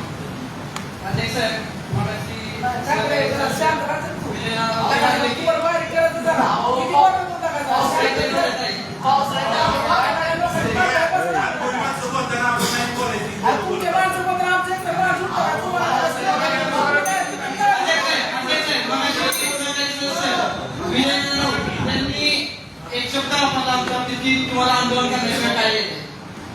आंदोलन हा समृद्ध लोकशाहीचा आत्मा असतो. आम्ही आंदोलन केलं, आम्ही तुमचं लक्ष वेधलं, त्यामुळे तुम्ही फक्त आपल्याला घेतलं. त्यामुळे इथून पुढे विरोधी पक्षाचं आमचं काम हे आंदोलन करण्याची जिथं चुकीचं आहे गोष्टी तिथं आम्ही आंदोलन करू. आणि आंदोलनामध्ये जर चांगल्या गोष्टी झाल्या तर 100% काळामध्ये आम्ही आंदोलन राहणार आहे. ही झाली एक ठिकाण. आणि दुसरी अजून एक गोष्ट, पाण्याचं जर आपली प्रणाली जी आहे तिथं सुधारायची असेल तर एक आमच्या विरोधी पक्षाकडे एक सूचना आहे. वॉटर मॉनिटरिंग सिस्टम नावाची एक प्रणाली आहे. तिथं तुम्ही तुमच्या समोर ऑफिसमध्ये एक लॅपटॉपवर उजनी ते आपल्या घरातल्या नाळ्यापर्यंत कुठल्या पण पाईपपर्यंत मेन पाईपलाईनपर्यंत कुठं पण लिकेज असेल तर तुमच्या लॅपटॉपवर ते दिसत लिकेज. यासाठी काही त्या प्रणालीखाली वॉटर मॉनिटरिंग सिस्टमच्या अंदर काही सेन्सर्स असतात. काही अंतरावर ते पाईपला आपल्याला इन्स्टॉल करावं लागतात. ते इन्स्टॉल केल्यानंतर पूर्ण दाब किती आहे, प्रेशर किती आहे, किती कुठं आहे, गळती कुठं आहे, या अशा गोष्टी आधुनिक गोष्टीचं जे तंत्रज्ञान आहे ते नगरपालिकेने आम्हाला आणावं.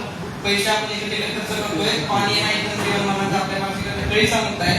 आणि ह्या मुद्द्याला जर आपल्याला लिकेजेस रोखायचे असतील तर अशा आधुनिक प्रणाली आणाव्यात ही आमच्या विरोधी पक्षाकडून सूचना आहे. याच्यावर लवकरात लवकर आपण काम करून हे अंमलात आणावे आणि वार्षिकांसाठी ज्यांना त्रास कमी यासाठी प्रयत्न करावे. अध्यक्ष महोदय, म्हणून साधारण अध्यक्ष महोदय पाण्याचा विषय निघतो मगापासून, तर मी या सभागृहाला सांगू इच्छितो की खऱ्या अर्थानं पाण्याशिवाय माणसाचं जीवन नाही. आणि माणूसच काय तर प्राण्यांना पण पाणी लागतं. ही परिस्थिती वस्तुस्थिती आहे. पण एक सभागृहाचा सत्ताधारी नगरसेवक म्हणून काही गोष्टी सभागृहामध्ये पाण्याच्या संदर्भात असतात, नगरपालिकेच्या कामाबाबतीत असतात. काय लोकांमध्ये संभ्रम निर्माण होणारे असले तर माझ्यासारख्या त्या ठिकाणी बोलावंच लागतं. मी आज या ठिकाणी सांगू इच्छितो खऱ्या अर्थानं ह्या शहरामध्ये पाण्याचा विस्कळीतपणा होतो. या अक्षरशः आम्ही राजाभाऊंनी सुद्धा मान्य केलेलं आहे. आणि काय त्याच्यामध्ये टेक्निकल बाजू आहेत, काही नैसर्गिक प्रॉब्लेम आहेत. अशा काय असंख्य अडचणीवर मात करत आपण सध्या शहराला पाणी पुरवठा करतोय. आणि शहराची तहान आता ज्यावेळेस सांगण्याला पाईपलाईन झाली होती त्यावेळेची तहान आणि आता असणारी शहराची तहान याच्यामध्ये तफावत झाली. आज आपण जर बघितलं तर ज्यावेळेस सांगण्याला पाईपलाईन झाली असतं त्यावेळेस आपल्याला या पातळीचं तळ होतं, चांदणीचं पाण्याचा हे होता. त्याच्यामुळे आता चांदणी आणि पातळी बंद असल्यामुळे पूर्ण ही लोड आता आपल्याला उजवीवर आलेला आहे. आणि ह्याच्या संदर्भात सत्ताधारी म्हणून सातत्यानं आमचे नेतृत्व आदरणीय राजाभाऊ या ठिकाणी तुम्ही बघितलं असेल, जसं ते आमदार झाले पाणी पाणी आणि पाणी हा विषय त्यांच्या अजेंड्यावर आहे. शहराला पाणी आणि ग्रामीण भागामध्ये शेतकऱ्याला पाणी. हा पाण्यापासून आम्ही आता पाण्याच्या जवळ चाललेलो आहे, पाण्यापासून आम्ही लांब नाही. तुम्ही आपण पाहिलं असेल की ज्या वेळेस ह्या तालुक्यातल्या शेतकऱ्याच्या रानात पाणी आलं त्यावेळेस देशामधला पहिला आमदार आहे त्याच्या डोळ्यात पाणी आलं. आणि त्याच्या डोळ्यात पाणी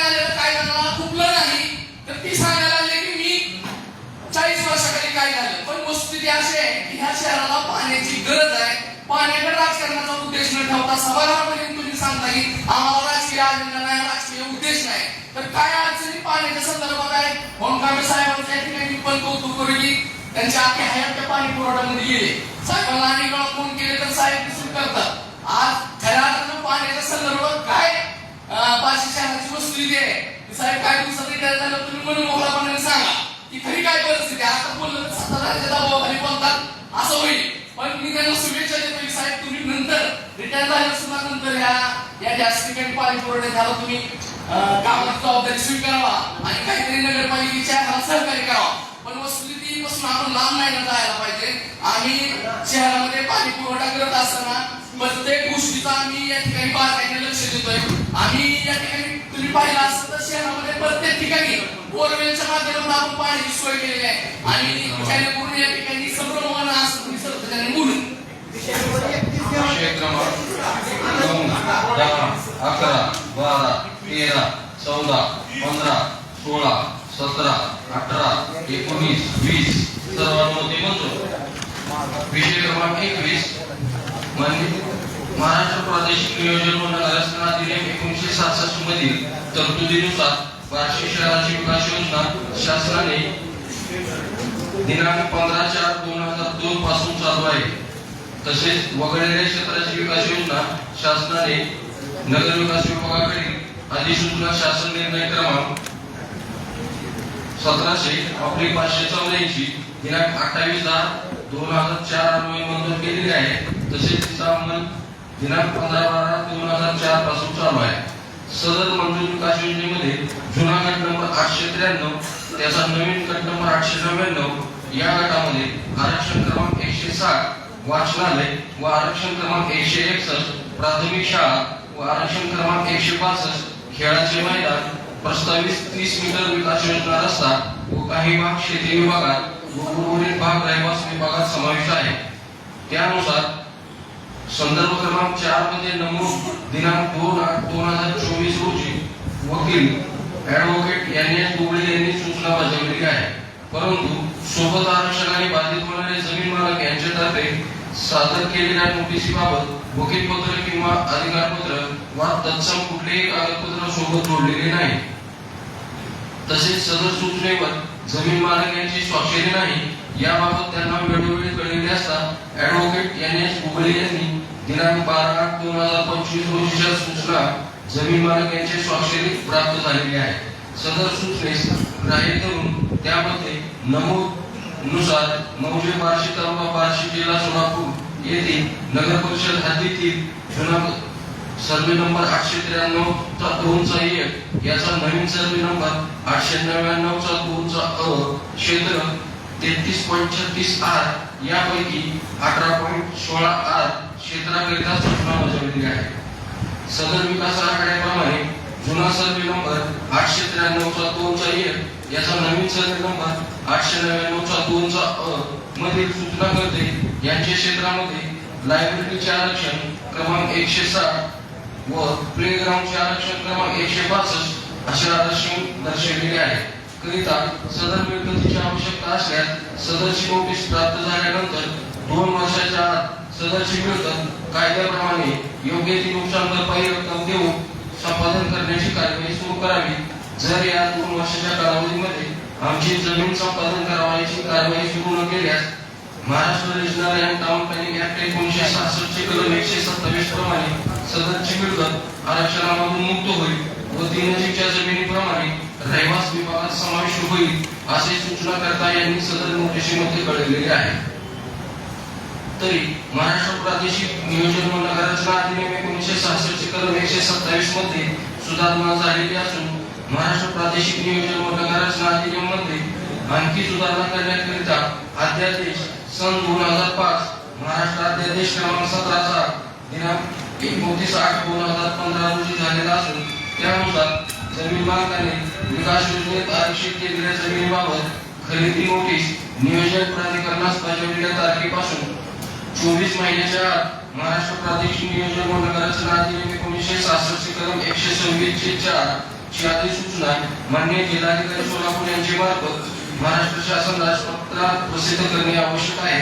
असे खाली सूचना राजपत्रात प्रसिद्ध झाली नाही तर विकास योजनेतील प्रस्तावित केलेले आरक्षण विभागत होईल. त्यामुळे उक्त विकास योजनेमध्ये आरक्षणाने बाधित होणारे क्षेत्र हे महसूल व वन विभाग शासन करीत होते. दिनांक 27/11/2017 मध्ये खासगी व्यवहाराने सार्वजनिक प्रयोजनासाठी खासगी जमीन खरेदी करण्यासंबंधी जमिनीचे मालक यांच्या बरोबर खासगी वाटाघाटीने प्रयत्न करणे तसेच एकत्रित विकास नियंत्रण व प्रोत्साहन नियमावलीमधील हस्तांतरणीय विकास हक्क समावेश आरक्षण या तरतुदीनुसार बद्धसे न झाल्यास महाराष्ट्र प्रादेशिक नियोजन व नगराचा अधिनियम 1966 कलम 127 अन्वये भूसंपादनाचा योग्य मोबदला व भूसंपादन प्रक्रियेत पारदर्शकता पुनर्स्थापना पुनर्वसन हक्क कायदा 2013 च्या खालील तरतुदीप्रमाणे संपादन करणे व त्याबाबतची आर्थिक तरतूद करणे व भूसंपादन कामी येणारी मोजणी फी व त्याचे अनुषंगिक इतर खर्चास मान्यता देण्यात येत आहे.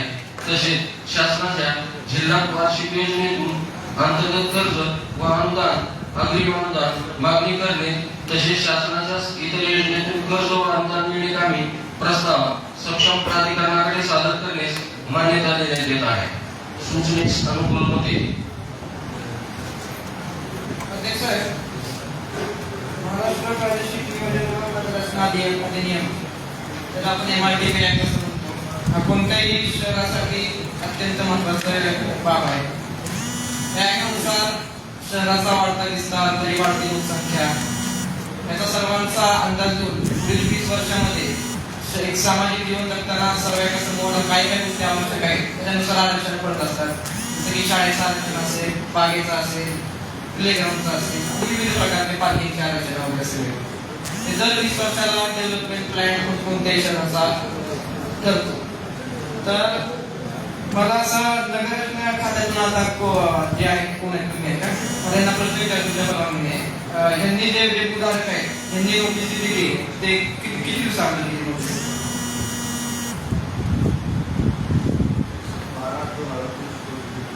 25 2 वर्ष झाली व्हायचे. तर आता 2 वर्ष व्हायचे त्याच्या आतमध्ये हा विषय आलाय. असे 127 कलमच्या अंतर्गत या नोटिसा सगळ्या जे उदाहरण असतात ते पालिकेला पाठवतात. म्हणतात की बाबा आमची जमीन जी आहे त्याला आरक्षण पडले तुम्ही विकत घ्या आणि आम्हाला मोकळं करा त्याच्या आम्हाला पुढे काही करता येत नाही. तर अशा किती प्रकारांना आपल्याला किती नोटीस आले 127 च्या अंतर्गत? आतापर्यंत माहिती घ्या 10 ते 15 नोटीस आहेत आणि त्याची मुदत काय 2 वर्ष होऊन गेली. म्हणजे आतापर्यंत आदेश आहेत दिवस आहेत 4-5 वर्षाचे नोटीस आले. आपल्याला नियम काय सांगतो 2 वर्षाच्या आत जर आपण त्यांना मोबदला दिला नाही तर त्या आरक्षण लॅक्स होते असा हा नियम आहे. तर ह्या किती गांभीर्याने प्रशासन घेते याच्यावर कळते. शून्य गांभीर्य अपेक्षा दिवस आहे त्या गोष्टीला. आपल्याला असा सूचना प्राप्त होता यामध्ये मागच्याच महिन्यामध्ये आपल्याला शासनाकडून नगर विकासाकडून UDC's अंतर्गत 2 आरक्षण आपण स्वीकार करण्यासाठी निधी देखील प्राप्त झालेला आहे. बऱ्याचशा केसमध्ये आपण TDR देखील देतो. आजचा विषय आपण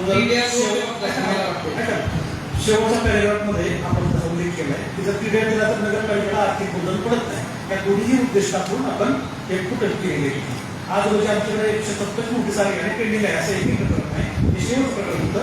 काही प्रकरण आता ते प्रकरण असे रिजेक्ट केलं सांगता येणार नाही. परंतु जसं प्रकरण येते आपण त्यांच्याकडून कागदपत्राची पूर्तता करून घेतो. या प्रकरणामध्ये टिप्पणी पडलेली आपण त्याची आवश्यक सूचना दिली होती.